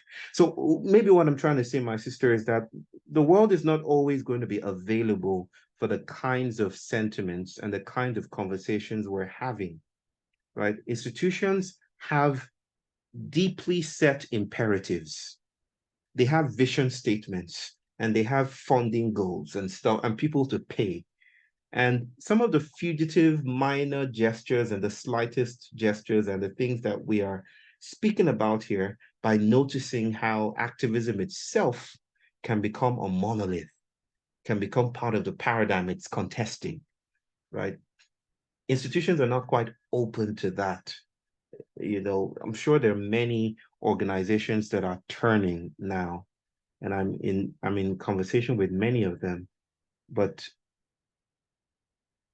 it's mostly the case that we may not be able to, and I don't want this to sound evangelical, like we are the message bearers. I'm very, very shy and scared about those kinds of language. Like, oh, we need to help the world see from this perspective. No, but you know what I mean, my sister. I'm sure you know what I mean. I'll speak about this in the presentation. I think I do some work in addressing this at some length. Okay. Still together. And my brother Adrian. Apologies to my big sister Anasuya and Julius, but for time we will. So Adrian, yeah. Hi, Bayo. It's a pleasure to speak with you. From what I understand, whiteness is like something I've read about Indian philosophy, is that trouble starts when you say this is this and this is that, and you separate and you try to organize and then to try to steal the world with concepts. Maybe it's my understanding. And in our group, we were thinking how whiteness can be made porous to the flow and how it can become mutable. I work with the body, and I'm trying to look for something, how you can think from the body and making embodiment a part of, I don't know, thinking and politics and stuff like that. So yeah, the question from our group would be how can you make the world, the whiteness porous to the flow and mutable, although there is no fixed method. How can we make whiteness? We can't. We can't make it. It's not, again, it's not something that we set out to do. In the ways that some people say, oh, we have been living in a paradigm of separation, but we are hearing this thing about entanglement. And so how do we become entangled? And I just stop them there and then and say, there's no becoming entangled. You are already entangled with these processes. You wouldn't be possible without these cross-sectionalities and without the federation of bodies that make you alive.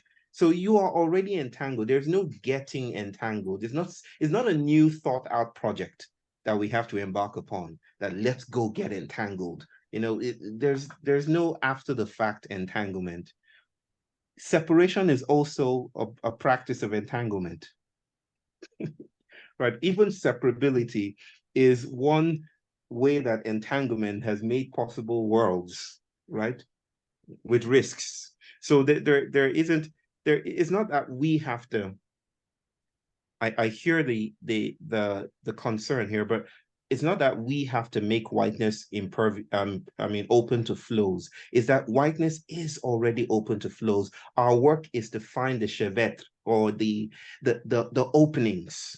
Our work is to find the opportune moments, and we're already being summoned by those moments right now. The conversation we're having is an effect of cracks, right? Cracks that have streamed through bodies and have been metabolized as thought and theory is gathering us here, right? So in a sense, this is part of the openness, the tension, the density, the thresholding of whiteness. We're already in it, brother. Our work is to, I guess, and I don't want to stabilize this as a single thing, you know, as marching orders, but it seems that there is a politics, there is a pragmatic, you know, practice that is possible here, where we are incapacitated, where we don't know what to do next, where failure seems to be the order of our gathering, where experimentation is alive, where playfulness is alive. There's a pragmatics there. There's something to be done together there. And that is what we're convening together, right? Whiteness is already vulnerable. It's not becoming vulnerable, it is already open, right? Thank you very much. Yeah, it does. Thank you. Thank you.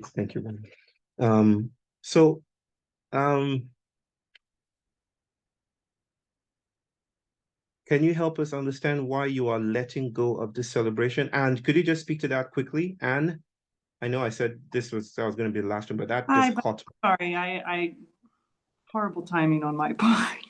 No, it's fine. The question I thought maybe I misunderstood, but in the past week through reading, I thought I understood that this will be the last gathering of the Dancing with Mountains, and maybe I just Yes, it'll be. Yes, it is going to be the last gathering of We Will Dance with Mountains for this kind of gathering. And I wrote it in that letter to everyone that I feel desperately, I feel very powerfully that this mode of gathering needs to be garlanded and supported by other ways our bodies could be in touch with each other, right? I'm finding a lot of value in the carnival, and I've been theorizing the carnival for some time, but the carnivalesque, even though this course is aspirationally a carnival of some sorts, it is still largely a conference. It is still largely frontal. It is still very neurotypical. I like Sylvian to be part of, you know, a kind of carnivalesque entity where you don't have to listen to Bayo, you could go cook something.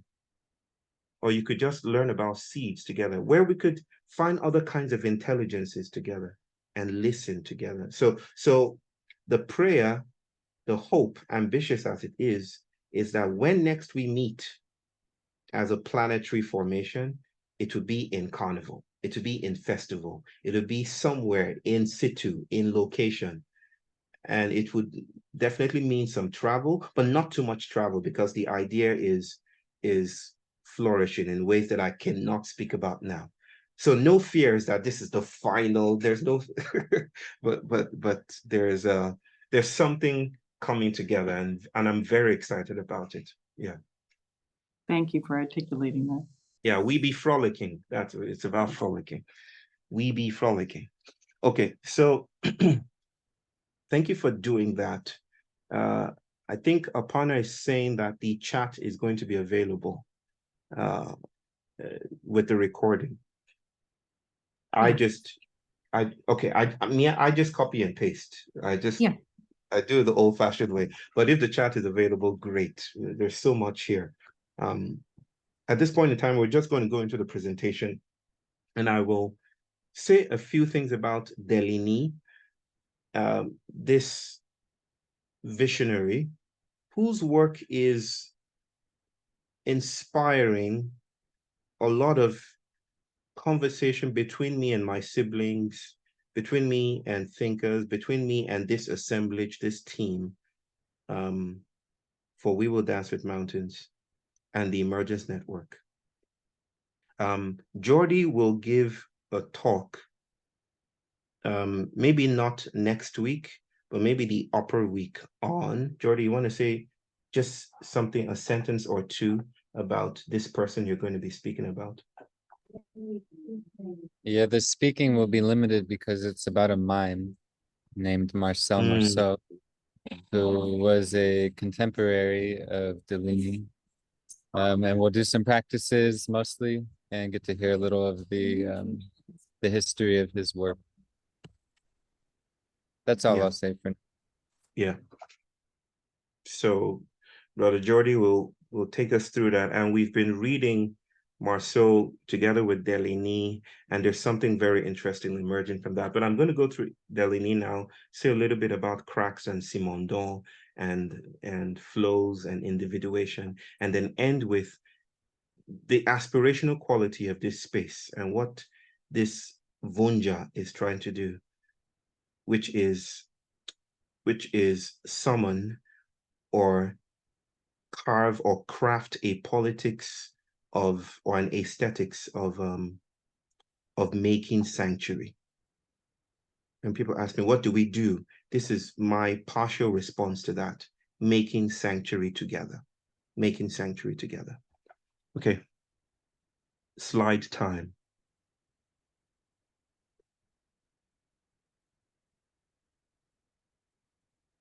Jordi, can you see this? Yeah, but you have to put it in presentation view. Yeah, it's there now. Can you see That's it? good. Yeah. Okay. Thank you. So I wanted to start with white syncopation. I think we've dwelt a lot with the idea of white syncopation, and these are just middle notes. The entire slides, including the new additions, this is a continuation of the last supplementary session. And I think I shared some of these slides with us. Why all this talk about whiteness? Why are we centralizing whiteness? As my brother Craig says, speaking about whiteness is not the same thing as centralizing it. If whiteness is the near totalizing milieu that frames our actions and how we think and how we even sense our own bodies, it is useful, potentially emancipatory, to speak about it, to talk about it, potentially and preferably outside of the university, right? Where it doesn't transfer into grades or credit, to talk about it and to play with it. And in some way, in some ironic fashion, we render it more vulnerable when we do that. So I'm just gonna maybe just revisit this, read this out. White syncopation. And I think the idea of the mistletoe is helpful to some degree. It refers to the destabilizing forces and events that disrupt the dominant ontology of whiteness. Baldorian bodies are no longer impervious to flow. They've never been. They are just as vulnerable. It is the lion's roar and the sun rays and the microbial adventures and stuff material agreements around the world that hold whiteness together. Whiteness is not transcendent. It is also not an evil to get rid of. Our work isn't to defeat whiteness. It's not an evil to be defeated. It's to hospice it. It's to compost it. And we're not going to do this in one, you know, like it's not some project that we can tie our funding to. Like the goal of this organization is to finally defeat whiteness. No, it's to listen to the world in its vibrant animacy. And that is what I call becoming Black. As syncopation unworlds worlds, we become with, we grow with, we think with other capacities, with other senses. And that's what makes differences.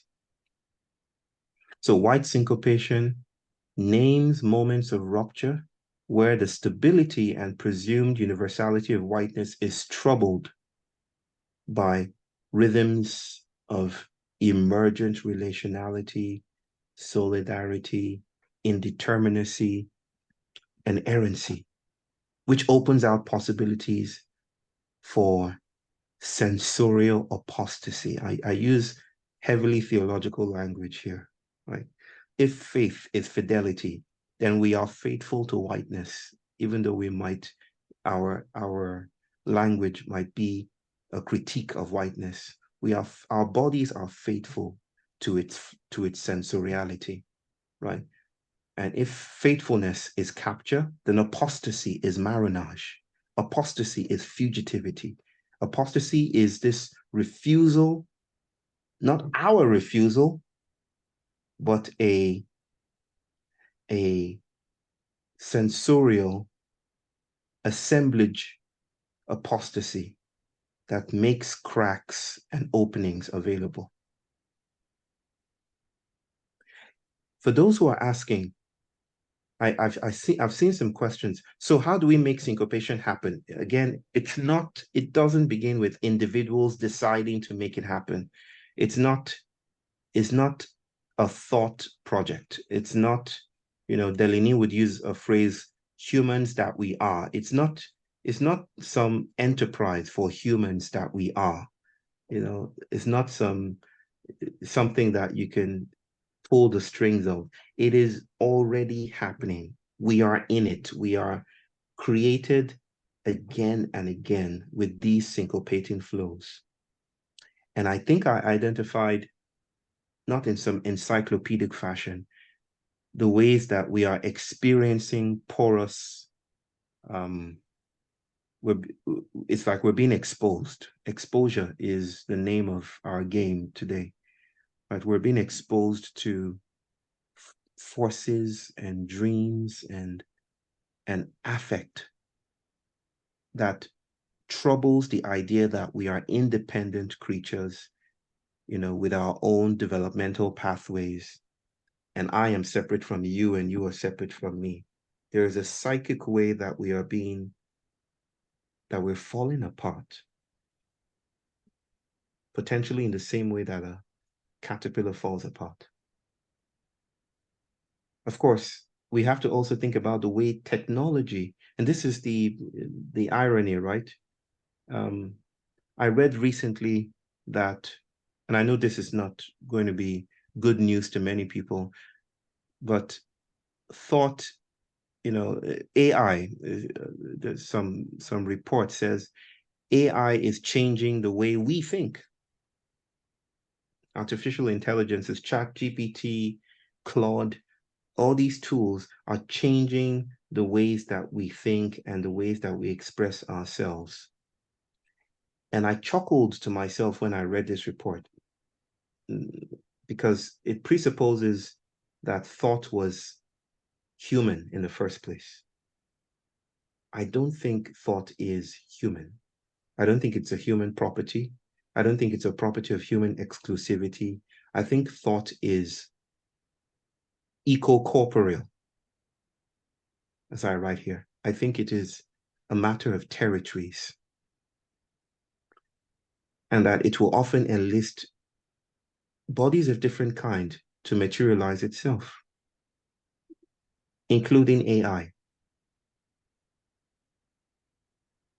And that is the nature of entanglement and living in an entangled world.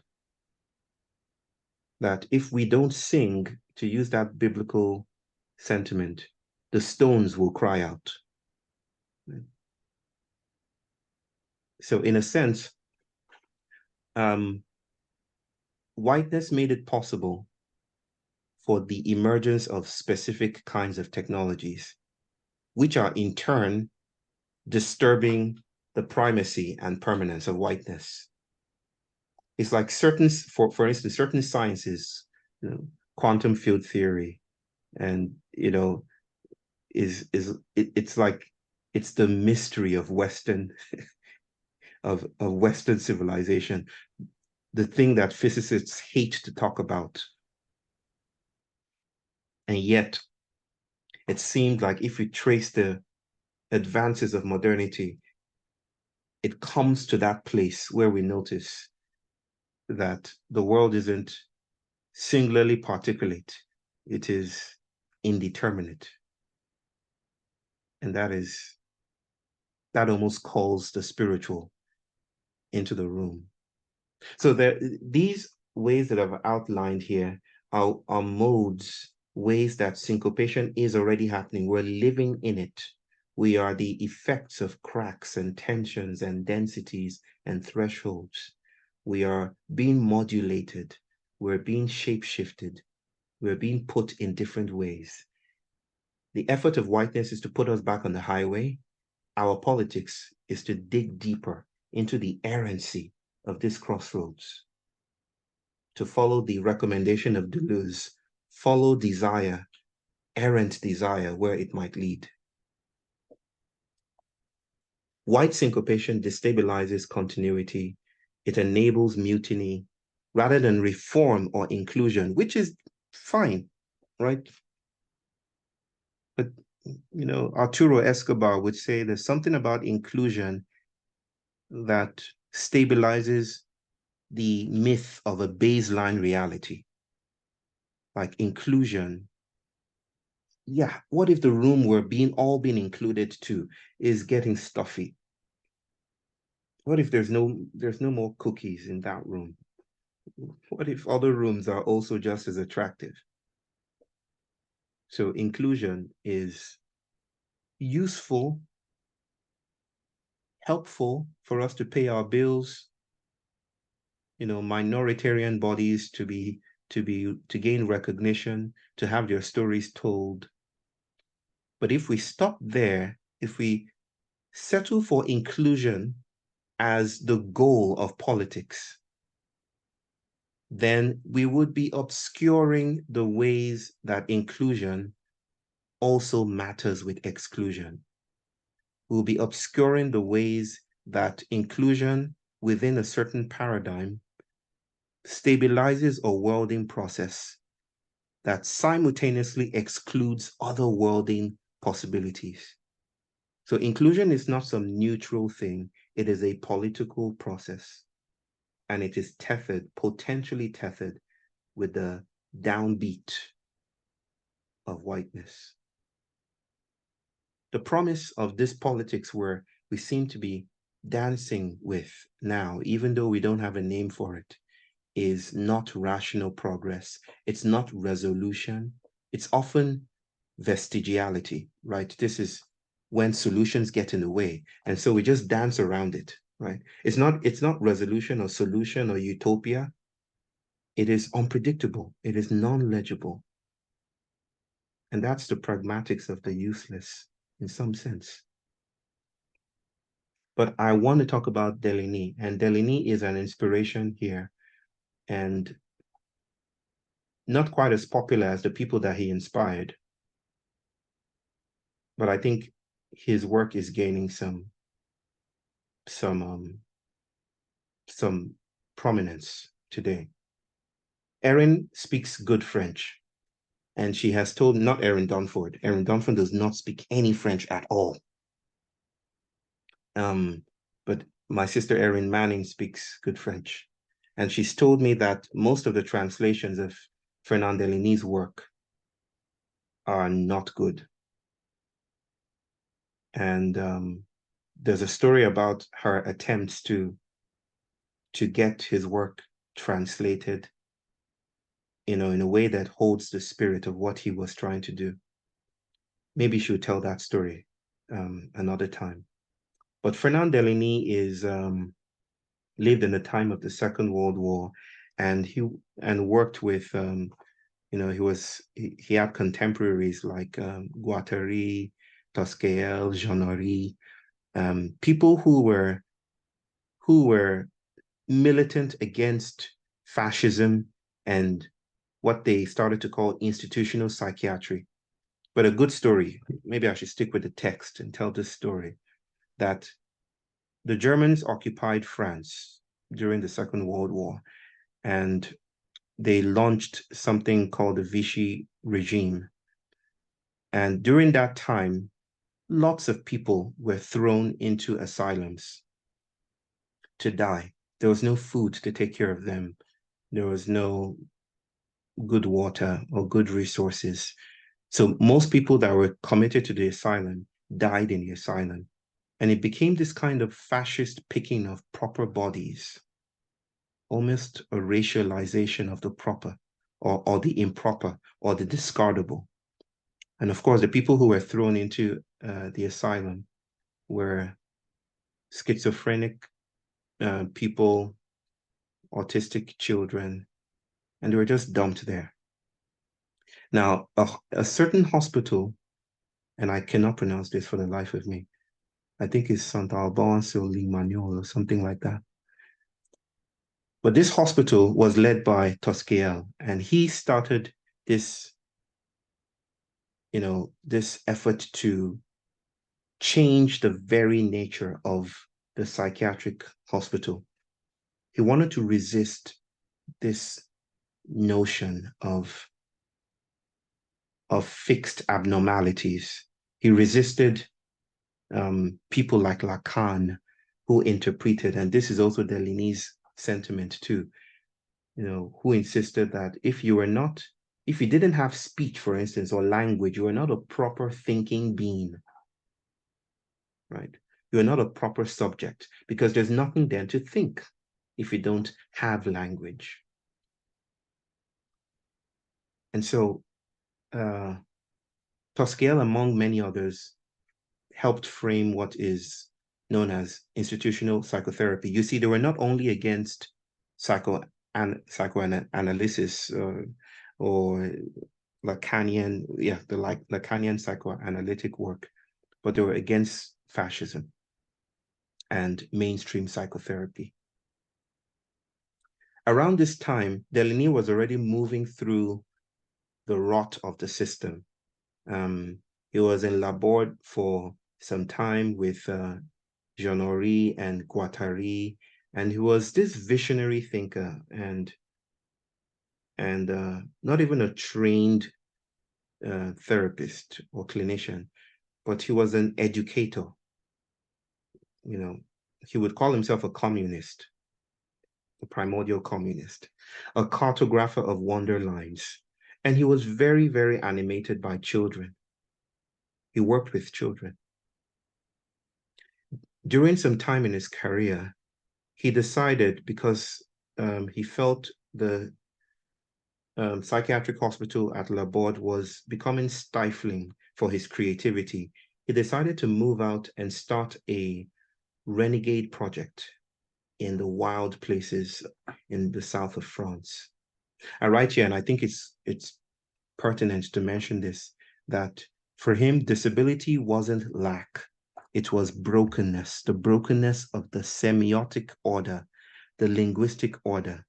You see, he lived in a time when these psychoanalytic traditions were premised on the idea that, of course, like I've said, if you didn't have language, there was something wrong with you.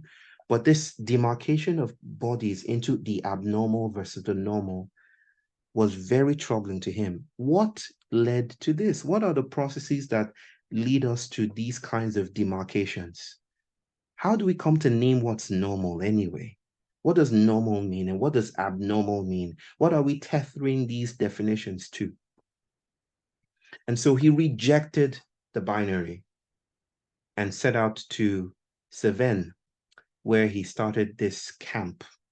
And parents, this is just post-Second World War, would bring their children to him, you know, on weekends, sometimes on weekdays, and just commit their children to him, and, you know, in this camp.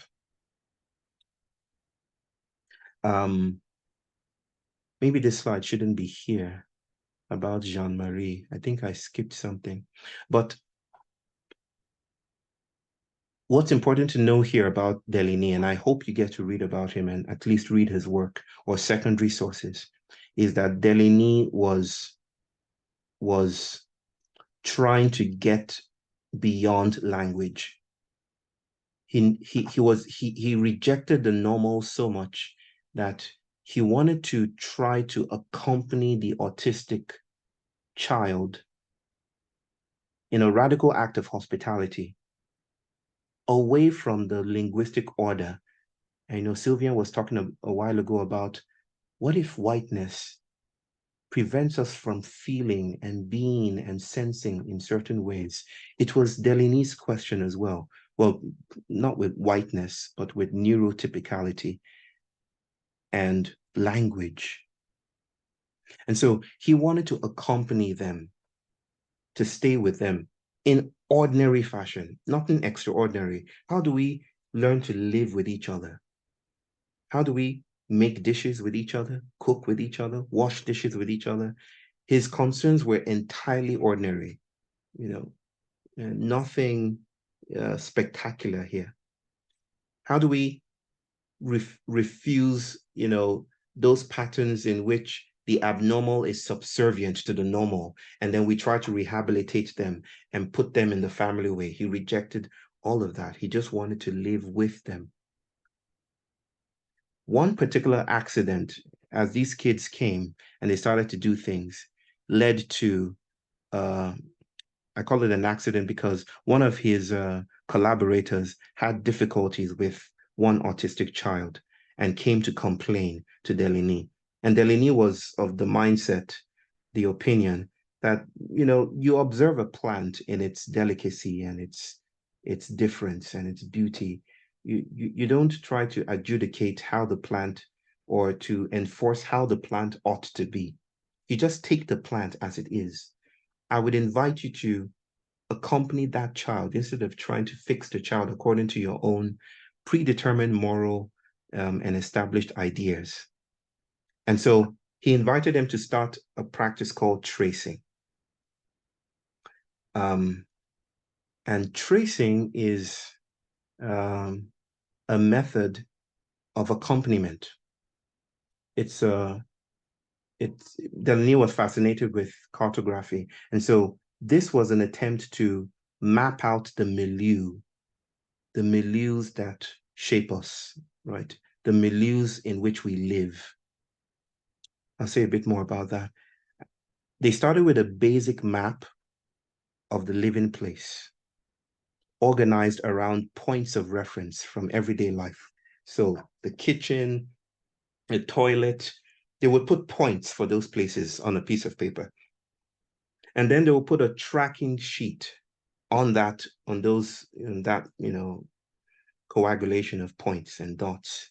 And then they would trace the movements of those children as they moved around, you know, their milieu. What he was trying to also do was to say that the subject or subjectivity is not to be reduced to the subject. By subjectivity, I'm talking about how we move in the world, how we feel, how we sense, and how we are sensed by the world, right? That it cannot be reduced to individual subjects. Instead of points, we are lines. We are snaking lines. So he conceived, you know, he thought of subjectivity as these habitual patterns and lines, these rhythmic comings and goings that circle and sometimes collect in some place, but move on from there. Incomplete wandering lines. He called them wandering lines or non-utilitarian lines.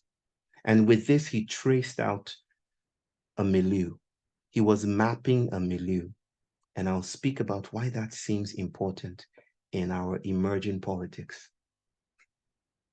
This is what some of that looked like. So if you see on your screen, there are images here of dots of some structures and then some dancing patterns and shimmering lines around them, which were to be indicative of how the children were moving around.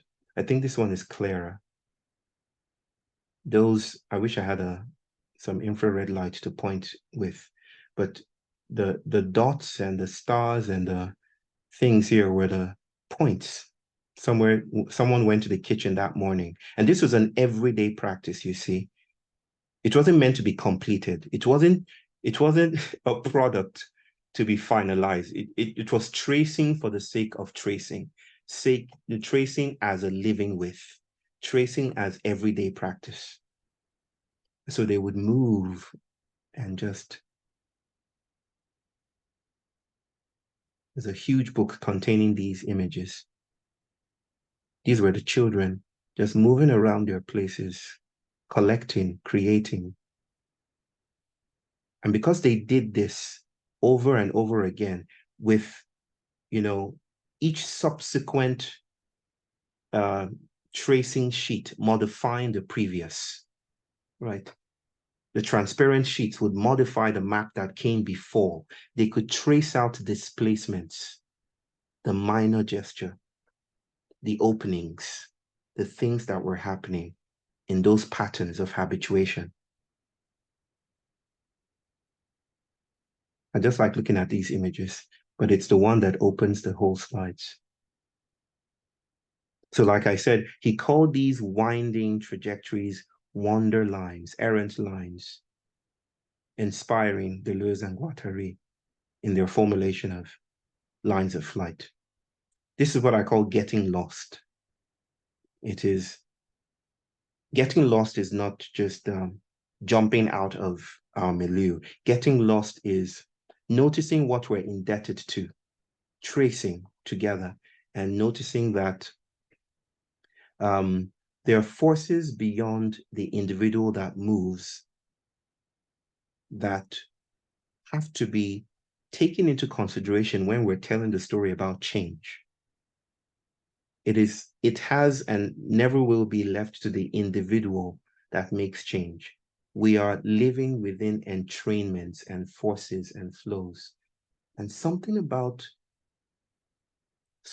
tracing brings us closer to the God with us. I'm getting theological here. There's something apophatic. There's something, I'm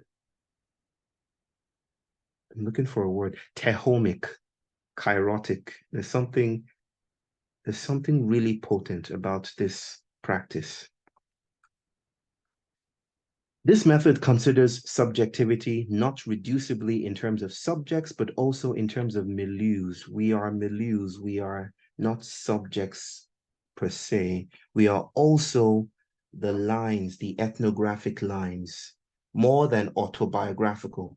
We are the milieus in their becomings. You see, this is why the psychology can become the policeman of capitalism, because what it does is that it reduces the milieu to the individual. And then it focuses on human behavior, the thing to fix. The person in front of me right now, the client with the behavior, is the thing to fix. And it obscures the milieu, the snaking trajectories, and the intercepting trajectories that make us possible. We think like milieus. We don't think like individuals, because we've never been individuals. We are individuations. So subjectivity is not reducible to subjects and their behavior. It is milieus, which exceeds territories. It's about rhythms and collections and movements and entrainments. What Deligny might call the milieu is what I call sensorium. So if you're looking for what a sensorium looks like, this is not the sensorium, but a sensorium. This is a tracking, a tracing, a partial tracking and tracing of a sensorium. And there's something about mapping this that brings us closer to the cracks, at least in the discursive sense. Tracings are an example of what I mean by post-activism, making sanctuary, or chiasmography, which is ethnography in the chiasm or the cracks. So let's talk about cracks. I hope we're still good with time. Okay, just have a few minutes. Let's talk about cracks. Now, these notes are for your reading later, but it helps my own process to also dance through some of the words that I've prepared here. It's important to note that we are not flesh-enclosed minds. We are not impervious. We are exposed. We are transcorporeal.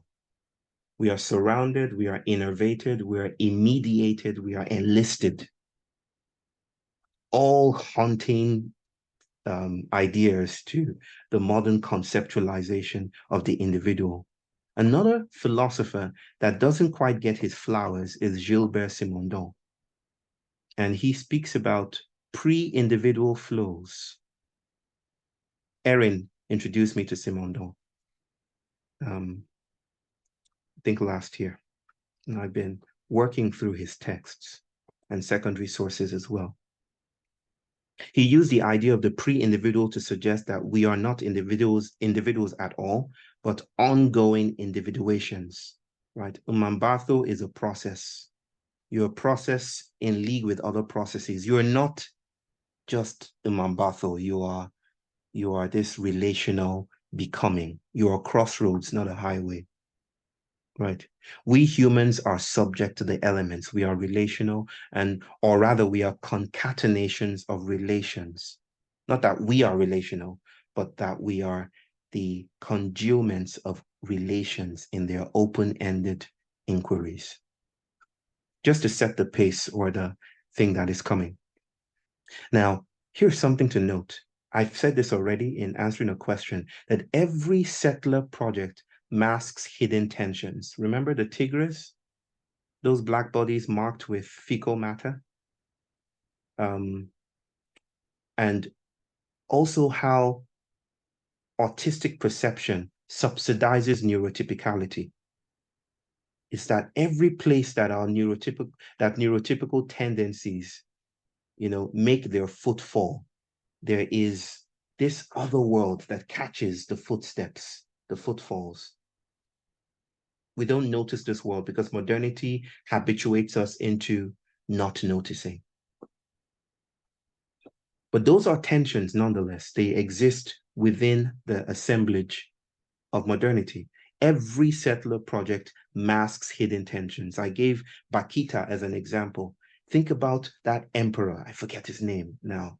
But the emperor, the young emperor from Brazil, who wanted to build a post-racial society. And then he flattened the roads and did open more clearings. Of course, unknown to him, beneath the ground, were the bodies of Black slaves. Bones that were no longer legible to systems of justice. They don't seek justice, they seek departure, right? Bakita, the slave girl who did not make it to the plantation, was exceeding the surface, was a tension within modernity, right? Those tensions are rivulets of streaming intensities, and they weave, they have this basket weave of tensions beneath the surface of things, para-ontologies. These tensions are not singular or uniform or monolithic, they are distributed, right? Imagine some kind of a crack opens up within a milieu. The crack does not belong to Anne. It's not Anne's crack. The crack dissipates and distributes itself across the amniotic soup of a milieu, and we all sense it in some way. Maybe we don't know how to register it consciously, but we are marked by those tensions, right? Sometimes those tensions materialize as pedagogy, or they materialize as something else, or they're closed up because they're pathologized too soon. But we are marked by these tensions. So it is not personal. Cracks are not personal, and I'm getting there. Cracks are not personal, they are personological. There's a difference. Personal is having to do with interior selves and our sense of selfhood. But the personological is having to do with which personology is the study of the self or persons and personhood. So it has to do with more with structure and how persons come to be. So cracks are not, you can't have my crack is do you have a crack today, or Anasuya has a crack this morning. So it's not my crack or your crack. It is the crack within the milieu. If it's owned at all, it is the milieu's crack. And we are part of milieus. So we are affected and infiltrated and moved by those cracks. We're talking about syncopating tensions. And we're talking about a different notion of transformation that doesn't depend on individuals doing things, because that's not how the world works. Okay. I had this 26-second image just to talk about how cracks materialize. This is the supersaturated solution of acetate, sodium acetate, and it will describe it. We don't need to go into the chemistry of things, but just observe for a second.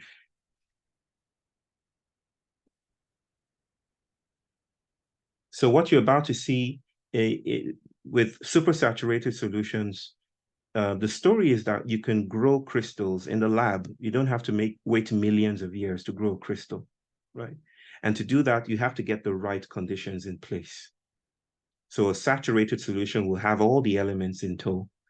And then all you need to do is introduce a catalyst. The catalyst that will be introduced in a second or so is a seed crystal. And what you're about to see is the emergence of a crystal, or cracks or tensions materializing. You see, what I name cracks is actually tensions crystallizing, tensions registering, tensions becoming sensible. And why that is the instigation of a different kind of politics, we'll talk about that. Let's play this.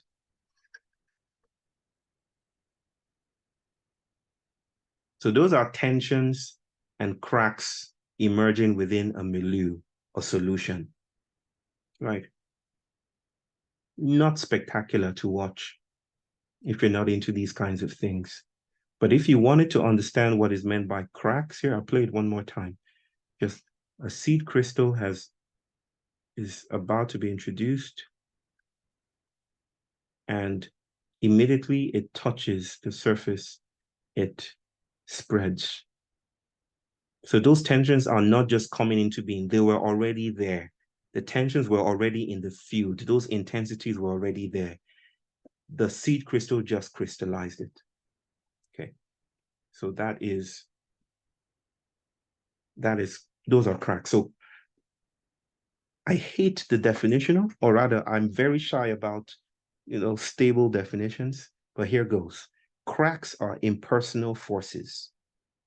They're openings in a sensorium. They're openings in the milieu. Remember how the sensorium looks like, if you will? They're openings. These are patterns, everyday patterns. Think about yourself. Think Adrian goes to the shopping mall. That's that dot in the middle there. And then it goes to the swimming pool, and then it goes to church, and then it goes to the mosque, and then it goes to the temple, and then it does all the other things there, and then does this every day. And it becomes this milieu, not his personal milieu, because it's not a personal thing. It's already involving the participation of ecologies and worlds around you. This makes up a milieu, a sensorium, if you will. Over time, shifts occur that are minor, slight shifts, and it is there that a politics is possible. So cracks are impersonal forces. They are not necessarily spectacular or molar. I know some people might think of a crack as a one-time event. The pandemic was a crack, right? I think it's possible to think about the pandemic as a crack, but it's not limited to spectacular, world-changing, once in a blue moon events. We live in cracks. We're constantly exposed to them. To speak is to be in a crack of some kind, right? We're talking about tensions that radiate across a milieu and what they do and what they enable and then disable in the same beat. Cracks are like stepped ladders. I'm using the language used by people who study lightning, the branching effects. It's not one singular pole of electricity. It's a dancing thing, right? To the side, inquirers or inquiring or desirous. Cracks are step ladders, some gentle and fine, others are commodious. It's an undulating, uneven ethnography, pulsating and sporulating, infecting and teasing apart. Sometimes we feel them, sometimes we don't feel them. Cracks break the goal, the thing to aim for. This is very important because post-activism emerges from the place where the thing to do no longer feels appropriate. Justice is what we should aim for. If you feel so, good. But there are some people, who live in other kinds of worlds as a result of the marks on their bodies, as a result of the enlistments, that cannot feel that way. They are unable to feel that way. They must take different paths. Craig just wrote in the comments now, I don't want to sit at a table. I'm very fine with the floor. That is post-activism, right? It is, and again, there isn't a thing like a post-activist. Like, I'm a post-activist. I'm a post-activist. You're a post. It's not, again, an individual thing. Post-activism has no goal, no utopia. It is useless. It is this emergence of uselessness, piercing the utilitarian sensorium that uses and puts bodies in labor, that becomes this emancipatory break. And we sense it somehow. We often sense it. We sense it as failure. We sense it as pathology. We sense it as indeterminacy. We sense it as a grieving, a feeling that doesn't want to go away, that sticks, right? This is a if this politics is anything, it is an invitation to cultivate a sensitivity to these radiating flows. The cracks may be a gentle hiss or a cosmic crease of an autistic boy, a field, not a thing, a dense place. But the toss and pull on whiteness or colonizing or colonial stabilizing fabrics can stretch the resources of its morality, leaving you exposed, disabled, and danceable, which is just an elaborate way of saying that as we are positioned and situated within milieus, we are constantly exposed to those flows, and those flows are opportunity for divergence. There are opportunities for lines of flight. There are opportunities for us to get lost. And if there's one thing this time needs, is a bunch of people getting lost together. Cracks are everywhere around us, within us, with us, querying postures, their thresholds. Whiteness polices cracks. Erin's words. They enact violence of an apartheid, of forced difference. We need a politics that attends to these cracks and experiments with failure, traces them, refusing to begin with the image of the human. And that is what cracks are about. Again, cracks are impersonal, they're not personal. Cracks are not individual, they are individuating flows that trouble our claims to personality or personhood, right? They render us undone, they unworld us. It is a kind of generative incapacitation, but the entrance of that attenuated failure makes it possible for us to breathe differently, or in the words of Octavia Butler, to sense a different sun. The cracks are the conditions for post-activism. What is post-activism? Eruption is when something breaks through. It's the eruption of those tensions. Just keep in mind those snaking lines in that supersaturated solution. My thesis is that modernity is a supersaturated solution and the cracks are emerging. We have to swim with those lines. That's the idea here. Post-activism is not a thought-out project. It is grace, not amazing grace. I think that's too Christocentric for my tastes. It is awkward grace. It has no goals, no utopia, no aims. It is useless in the meantime, but it is an attractor. It is attractive. It is a collector of bodies in some way. Whiteness tries to make the crack useful. Remember the example I gave with pronouns. It offers legibility to the crack. It says, hey, have a seat at a table. Here is new language for you. Make yourself seen. Speak truth to power. Again, none of these things are bad or should be dismissed.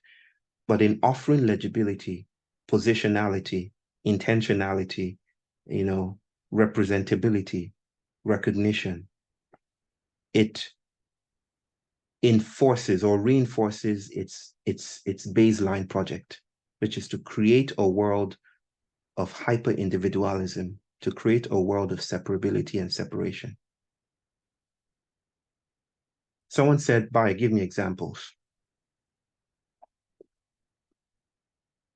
Okay, we're almost out of time.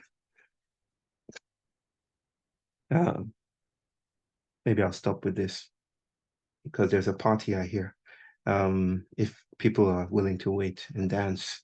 I'll give an example. It's very hard to speak about examples of the for post-activism. So I formulated this way to speak about it. An example from epigenetics, a stockness.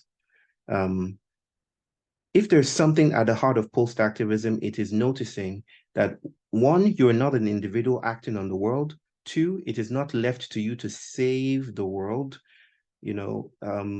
because the world does not begin from individuals. And just as critical, three, and this is not encyclopedic, number three is sometimes the way we act reinforces what we're acting against. Right. And that describes what I call a stockness. Do you have examples of maybe history repeating itself, especially when we thought we had vanquished certain patterns?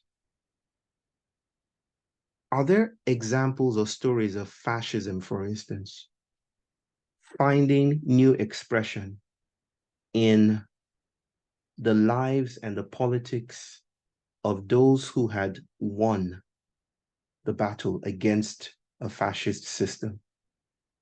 I'm sure there are many examples you can come up with just to move through this.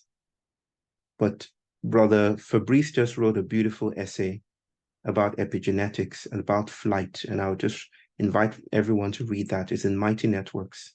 I'll give an example from the dynamics of the ritornello. There's no time to speak about the refrain and chaos and cosmos and all of that. There's a lot to get through and not enough time, but this is incomplete, obviously. And there's this story of Mandela and a white supremacist that wanted to take him down and was leading this group that was, desperately against Mandela, who had just been released from prison. I forget the man's name. He spoke at Mandela's funeral in glowing terms, just extolling the man for how he changed his life and changed South Africa. And he could only do that because at a time of their heated conversation, Mandela did something that was against the beat, against the flow of things. Mandela had heard this man speak on the radio, I think, and then called him and offered him, conversation. He just said, would you like to come to my house and have a cup of tea? I think. And the man was confused about this. I think it was a general or some leading person, but he was confused about this, but he tried it anyway, even though he hated Mandela's guts. He went anyway. My people, it was just a cup of tea. It wasn't a manifesto on how South Africa could be greater. It wasn't a thesis on racial segregation. It wasn't a critique of apartheid systems. It was a cup of tea that was shared in that gathering between those two men. But that cup of tea, which broke through the sensorium of things, was enough to shift other patterns into being and to invite other things into being. It didn't look like activism. It doesn't sound like activism. It was just a cup of tea. And a way of noticing that the slightest gesture turns worlds. Another example is from anticipatory vestigiality, right? The ways that we speak about solutions often get in the way of change.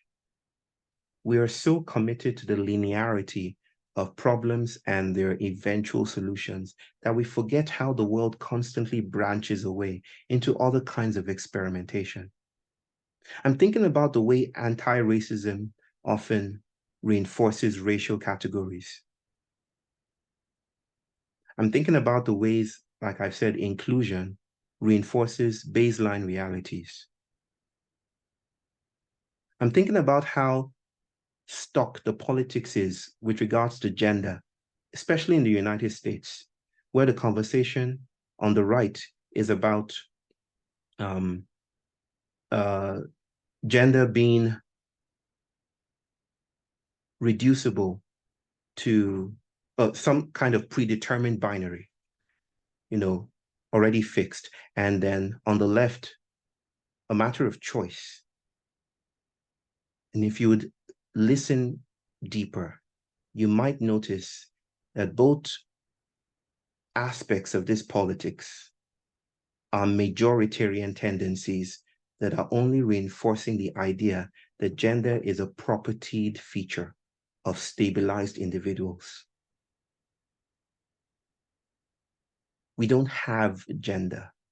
We don't have sex. We don't even have bodies in the ways that our politics might break our heads to get. We're part of something larger than can be reduced to those categories and the anxieties between these sides of politics. What I mean by anticipatory vestigiality, not to beat around the bush, is it is often the case that a milieu addresses a crisis by dancing around it, by rendering it a vestigial part of itself. Think about all the vestigial organs and parts of our bodies that we have. I can't name all of them now, but our bodies don't quite know what to do with them, but they're our bodies nonetheless, right? Not everything has to be met with the mathematical equation or precision of a solution, right? This is liberalism. If there's something there, it has to be fixed, right? But the world is too promiscuous. It's too unwieldy to follow that kind of career path. It's constantly doing other things. Maybe the kind of sensitivity today is the kind that Krista, who has been our artist in residence, is inviting us to notice. But sometimes you want to delimit, or you want to step away from the idea that the world is already made. You want to draw upon other kinds of senses. And you want to follow other kinds of openings. Is there a politics or an aesthetics that might allow us to travel, to sense differently, maybe even collectively, to make things together and be unmade in return? I'm going to skip this, folks, because of time. I will end with this sentiment.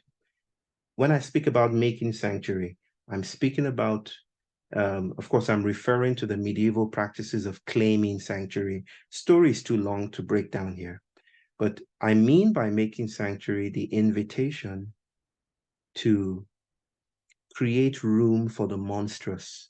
You see, in those times when a fugitive was on the run, they would go to the church and claim sanctuary, and they would use the monster to do this. The monstrous gargoylic, Hagode or the door knocker, and they would hold an aspect of this tool and they would claim sanctuary loudly. And in doing so, they will be granted rest. And no one who accused them will be allowed into the vicinity, into the church, the residence. I'm wondering if making sanctuary is a model, not a model, but an example. Models are too stable. An example of cracks and a politics that is attending to those sensitivities, right? And it's not making sanctuary for ourselves as if to keep ourselves safe, but to make sanctuary for the fugitive here being those lines that you just saw in the supersaturated solutions. Can we be radically hospitable to these courses and tensions as they travel? What would it mean to host them? To host an autistic child as Delaney did, to travel alongside them in radical accompaniment, and to, as a result, trace and map the major, the minor, as it happens, as it emerges, as in whatever way this wants to emerge. I'm not saying this is the only way to do it. It is a method. It is an example of an anarchic enterprise of fugitivity. What would it mean to make room for the monstrous, for the cracks in their emergence? I think it will look like a politics of accompaniment. I think it might look like ecotones, the edges of ecologies, and how they sprout new kinds of seeds. Maybe in making sanctuary together with each other, maybe in gathering at this space, maybe in groups of 3s or 4s or 2s, I don't know, to make it pragmatic. Maybe in doing this, we stay with openings. And these openings become feedback loops. And these feedback loops become sensorial apostasy. It is displacement, the slightest gesture, that is the invitation of this politics. Because the major isn't leading to anywhere exciting.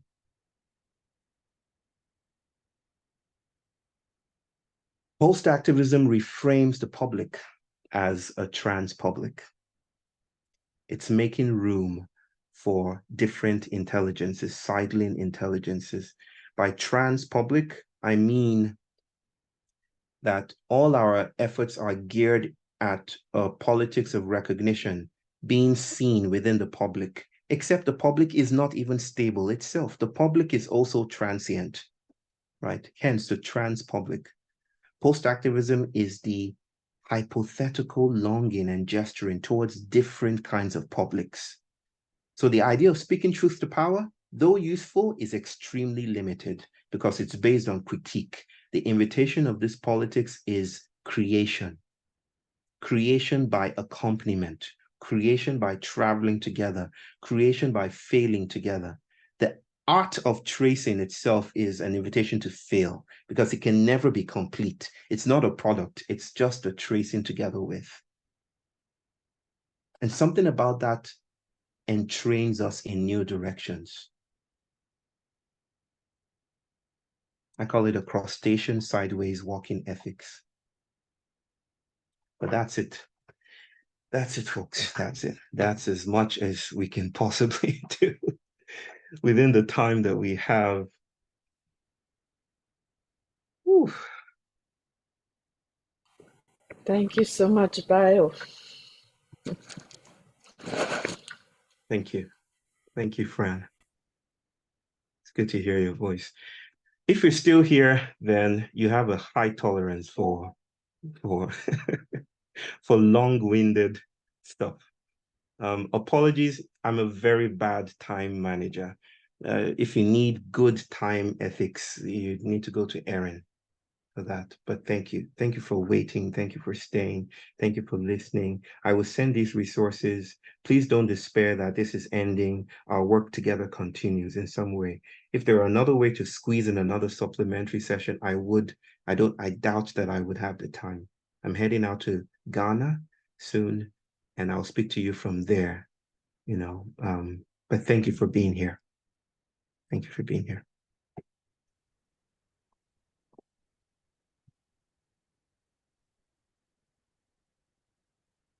Not sure what to do.